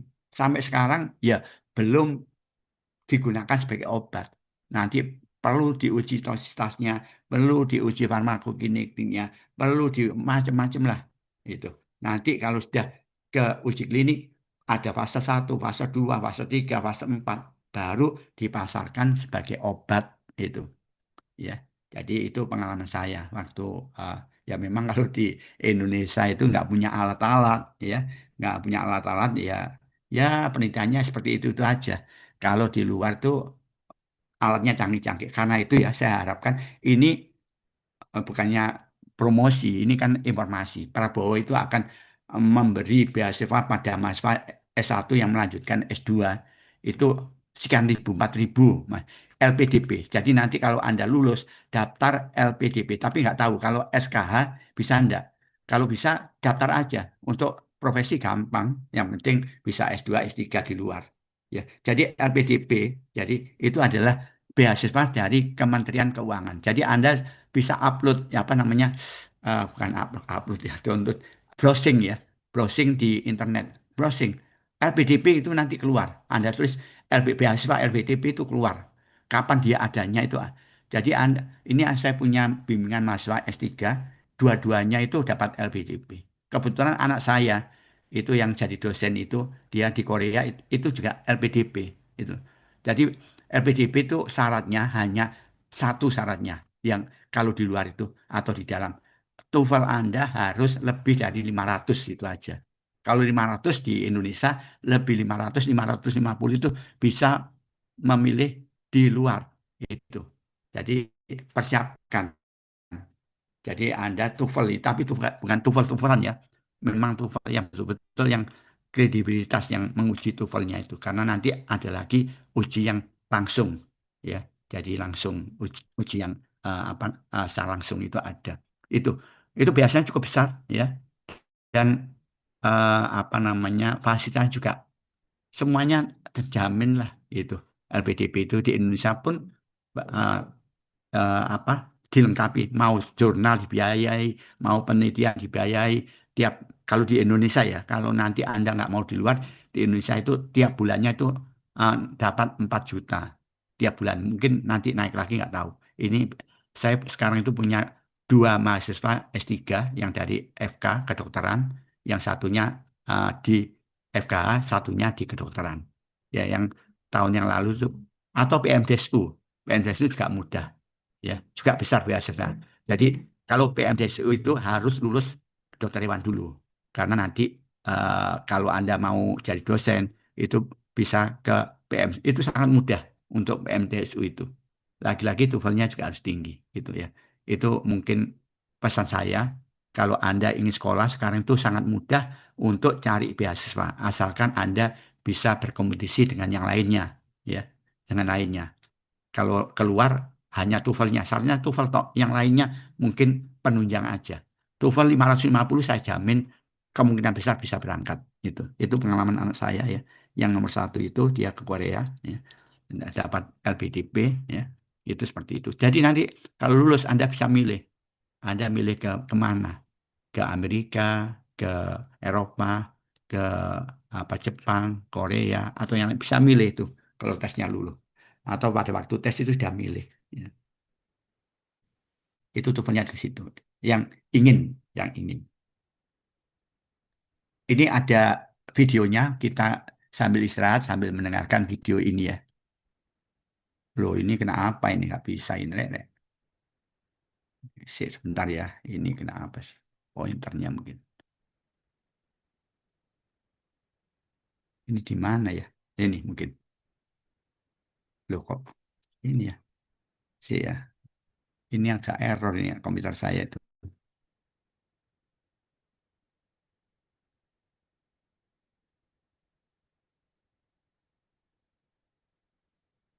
Ini diklik nggak bisa ya. Kenapa ini? Ada upgrade. Aduh.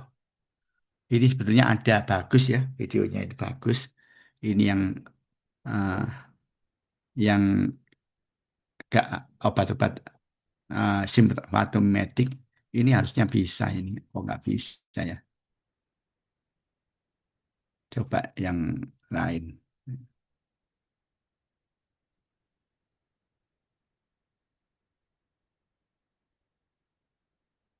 Sebentar ya, ini tak carikan mungkin.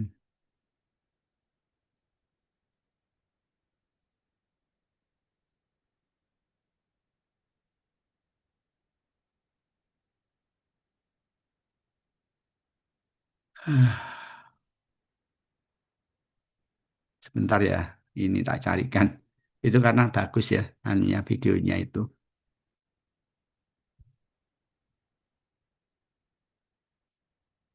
Ini nggak bisa di-upgrade ya. Ya apa ini?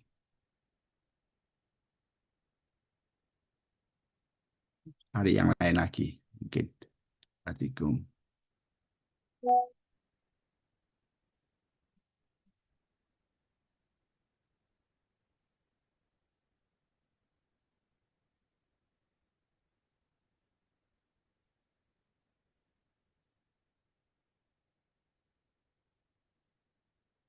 Ini aja ya. Sebentar ya. Tak sharekan ini.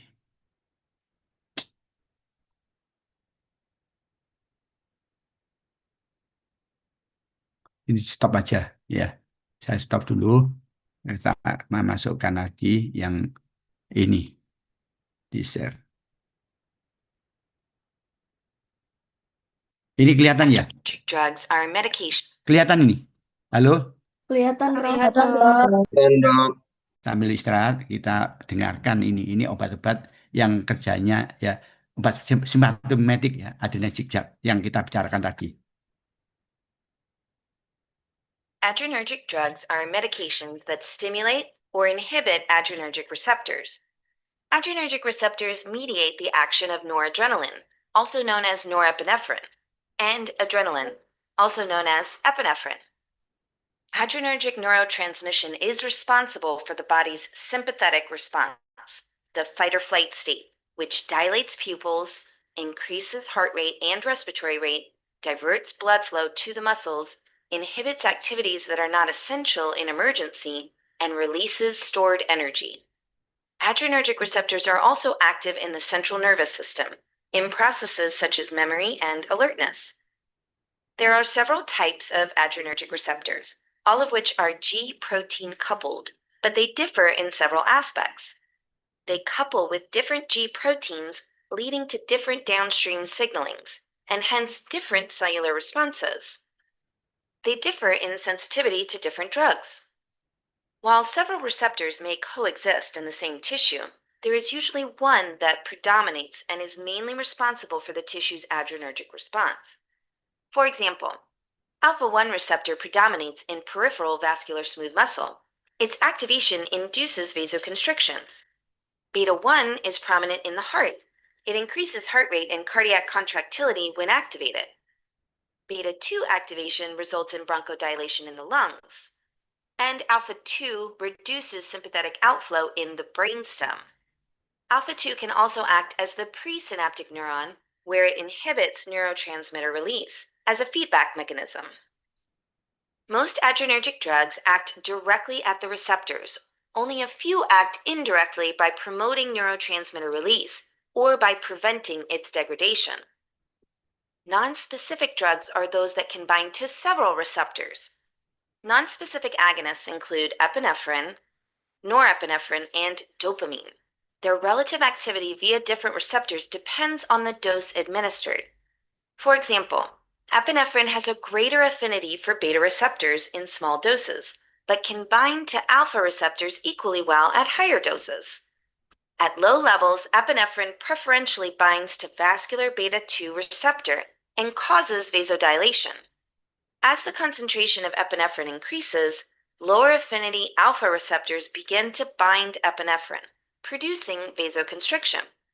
Because there are more alpha receptors than beta receptors in peripheral blood vessels, alpha-mediated vasoconstriction eventually overrides beta-mediated vasodilation.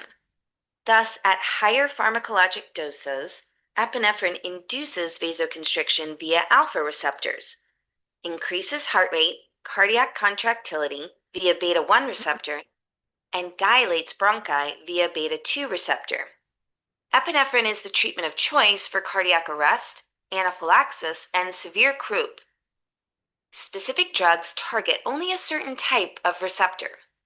Alpha-1 specific agonists induce smooth muscle contraction and are used as vasopressors for treatment of shock, hypotension, as nasal decongestants, or to dilate pupils. Alpha-1 antagonists, on the other hand, are used to treat hypertension and to relax smooth muscle within the prostate for treatment of benign prostatic hyperplasia. Alpha-2 agonists act on alpha-2 receptors in the brainstem to reduce sympathetic tone and are used to treat hypertension. Stimulation of peripheral alpha-2 receptors may initially cause vasoconstriction, but it is quickly overridden by the central effect. Beta-1 agonists increase heart rate and contractility and are indicated for treatment of cardiogenic shock and heart failure. Beta-2 agonists relax smooth muscles. They are used to dilate bronchi for treatment of asthma, obstructive pulmonary disease, and anaphylaxis. Some are used to relax uterine smooth muscle to delay preterm birth.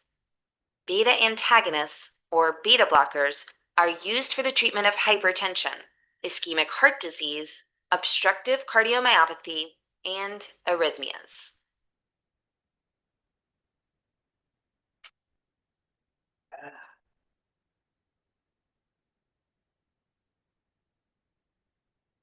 Itu ya, itu tadi mengenai video yang menerangkan obat-obat simpatomimetik ya atau adrenergic drug ya. Jadi kita teruskan lagi ke yang lain. Aduh, iya.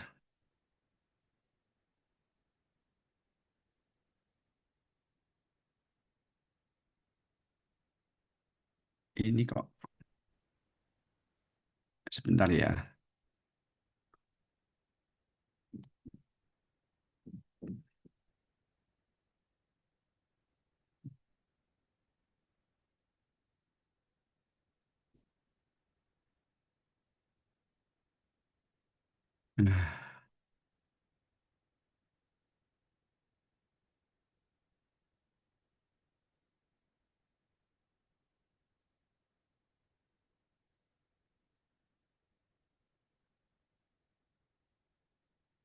Sekarang masuk ke yang lain, topik yang lain ya. Ini adrenergic antagonis ya. Kalau tadi ya adrenergic agonis. Adrenergic agonis nama lainnya itu memang banyak macam-macam ya. Jadi ini juga nama lain yang paling banyak digunakan adalah sebetulnya simpatolitik. Kalau tadi kan simpatomimetik. Litik itu menghambat, blocker ya, antagonis. Adrenergic antagonis, simpatolitik, adrenergic blocker itu sama aja. Itu tergantung dari buku yang menulis. Jadi umumnya obat-obat ini nanti kerjanya adalah menghambat reseptor adrenergic ya. Apakah itu menghambat alfa atau beta ya. Jadi dia bisa menghambat alfa, bisa menghambat beta. Nanti mungkin ada obat-obat yang hanya menghambat alfa 1. Ada yang bisa menghambat alfa 1 dan alfa 2. Ada obat-obat yang bisa menghambat beta 1. Ada yang menghambat obat-obat beta 1 maupun beta 2. Yang hanya menghambat satu reseptor itu namanya selektif. Kalau menghambat lebih dari satu reseptor namanya non-selektif. Ya. Misalnya alfa 1 blocker. Ya. Nanti ada yang menghambat alfa 1, alfa 2 non-selektif alfa. Non-selektif alfa blocker. Itu bisa menghambat alfa 1 dan alfa 2. Ini pembagiannya. Ya. Sebentar. Ini obat-obat yang digunakan ya. Ini ada yang menghambat alfa 1, menghambat alfa 2. Sebentar ini pointer saya tak ganti aja. Ini ya. Jadi alfa blocker itu ada yang menghambat alfa 1, ada yang menghambat alfa 2. Contohnya yang alfa 1 prasosin, trimasosin, desasosin, banyak obatnya ya.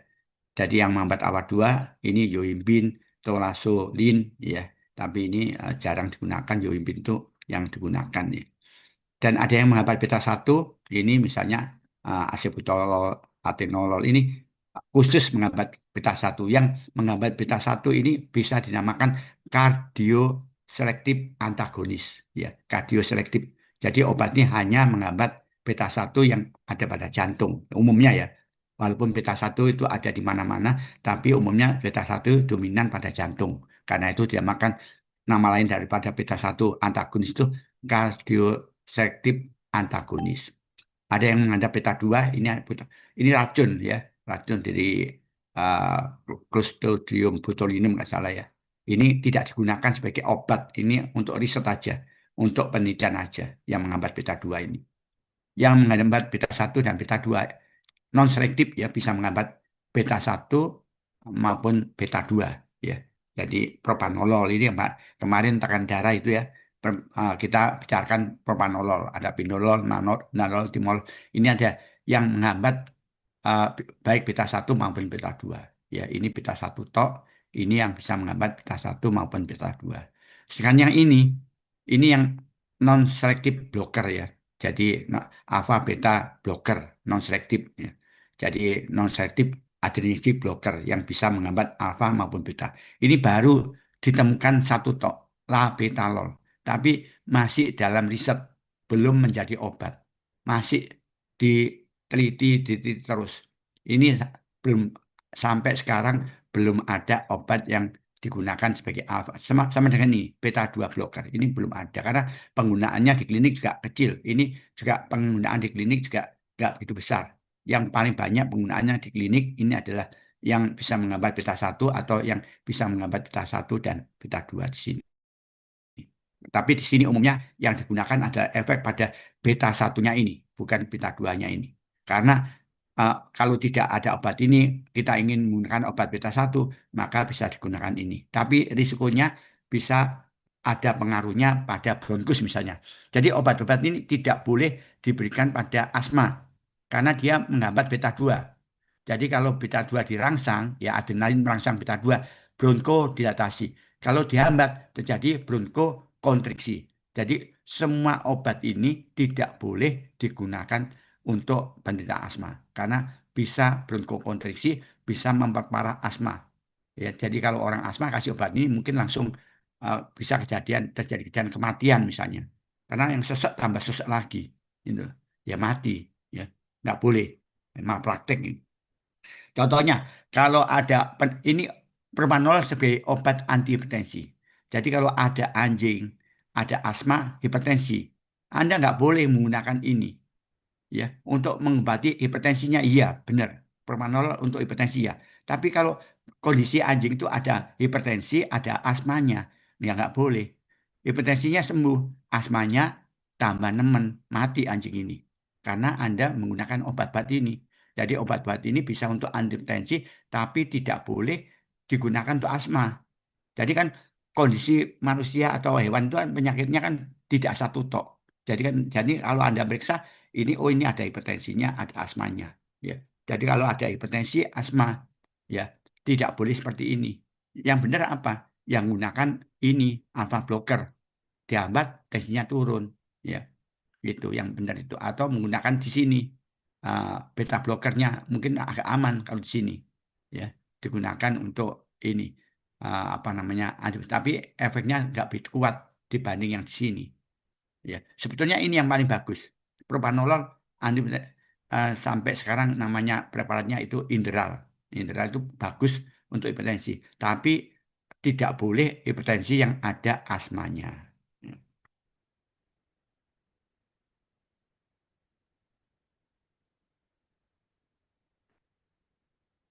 Ini ya. Jadi umumnya obat-obat yang menghambat alfa ya, alfa blocker ini kan bisa menurunkan tekanan darah karena alfa 1 dihambat, resistensi perifer juga dihambat, maka tekanan darah itu akan turun. Ya, jadi ini tekanan darah turun ini ya, jadi nanti bisa menyebabkan namanya refleks takikardi ya. Jadi menurunnya tekanan darah tadi karena akibat perifer tekanan darah resistensi perifer turun. Jadi semua kondisi yang hipotensi, maka ini tubuh itu akan mengadakan refleks takikardi. Jadi penurunan tekanan darah baik yang normal atau yang disebabkan oleh obat, ini terutama obat alfa adrenergic, ini menurunkan tekanan darah. Kalau tekanan darah turun, maka ini akan terjadi refleks takikardia ini. Jadi refleks takikardia ini adalah tadi nama lainnya simpatoadrenal discharge. dari kelenjar medula adrenalis akan lepas adrenalin dan noradrenalin. Nah, itu yang bisa meningkatkan tekanan darah itu menjadi normal kembali. Jadi pada kondisinya mungkin alfa adrenalin itu kurang bagus ya karena ada efeknya ini. Jadi tekanan darah itu turun ya. Jadi mungkin bisa meningkat lagi ya. Jadi sampai ke normal.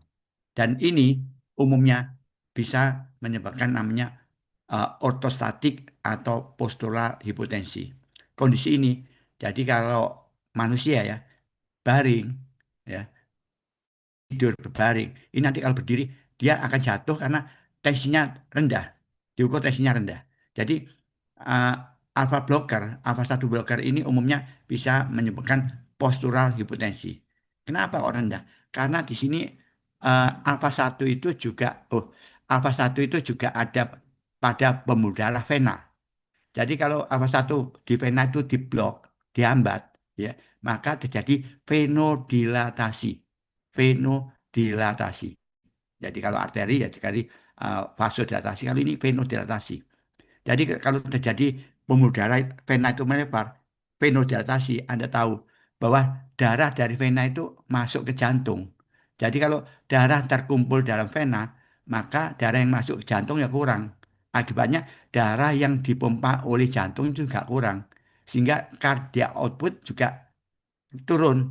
Cardiac output turun itu namanya postural hipotensi. Cardiac output turun kan terjadi hipotensi, tekanan darah turun, hipotensi. Itu namanya postural hipotensi atau ortostatik hipotensi. Itu ya. Jadi ini obat-obat ini sebetulnya sangat baik untuk hipertrofi prostat ya, hiperplasia atau hipertrofi prostat karena untuk membagi urinasi ya. Jadi umumnya kalau penderita prostat yang membesar itu sulit buang air kecil. Karena alfa satunya itu terangsang ya. Uh, apa namanya? Otot sphincter itu kontraksi, urin nggak bisa turun. Jadi kalau dihambat, alfa 1 dihambat, maka sphincter itu mengalami relaksasi. Maka urin yang dalam vesika urinaria itu akan turun ke uretra. Yaitu. Ini bisa digunakan untuk pengobatan perikordial. Ini adalah tumor kelenjar medula adrenalis. Anda tahu kan medula adrenalis kan sumbernya adrenalin, sumbernya norepinefrin. Jadi yang paling banyak memang adrenalin. Kalau ini ada ini, pasti rilis atau produksi adrenalin, noradrenalin sangat meningkat. Sehingga detak jantung itu akan meningkat, tekanan darah itu akan meningkat. Ya.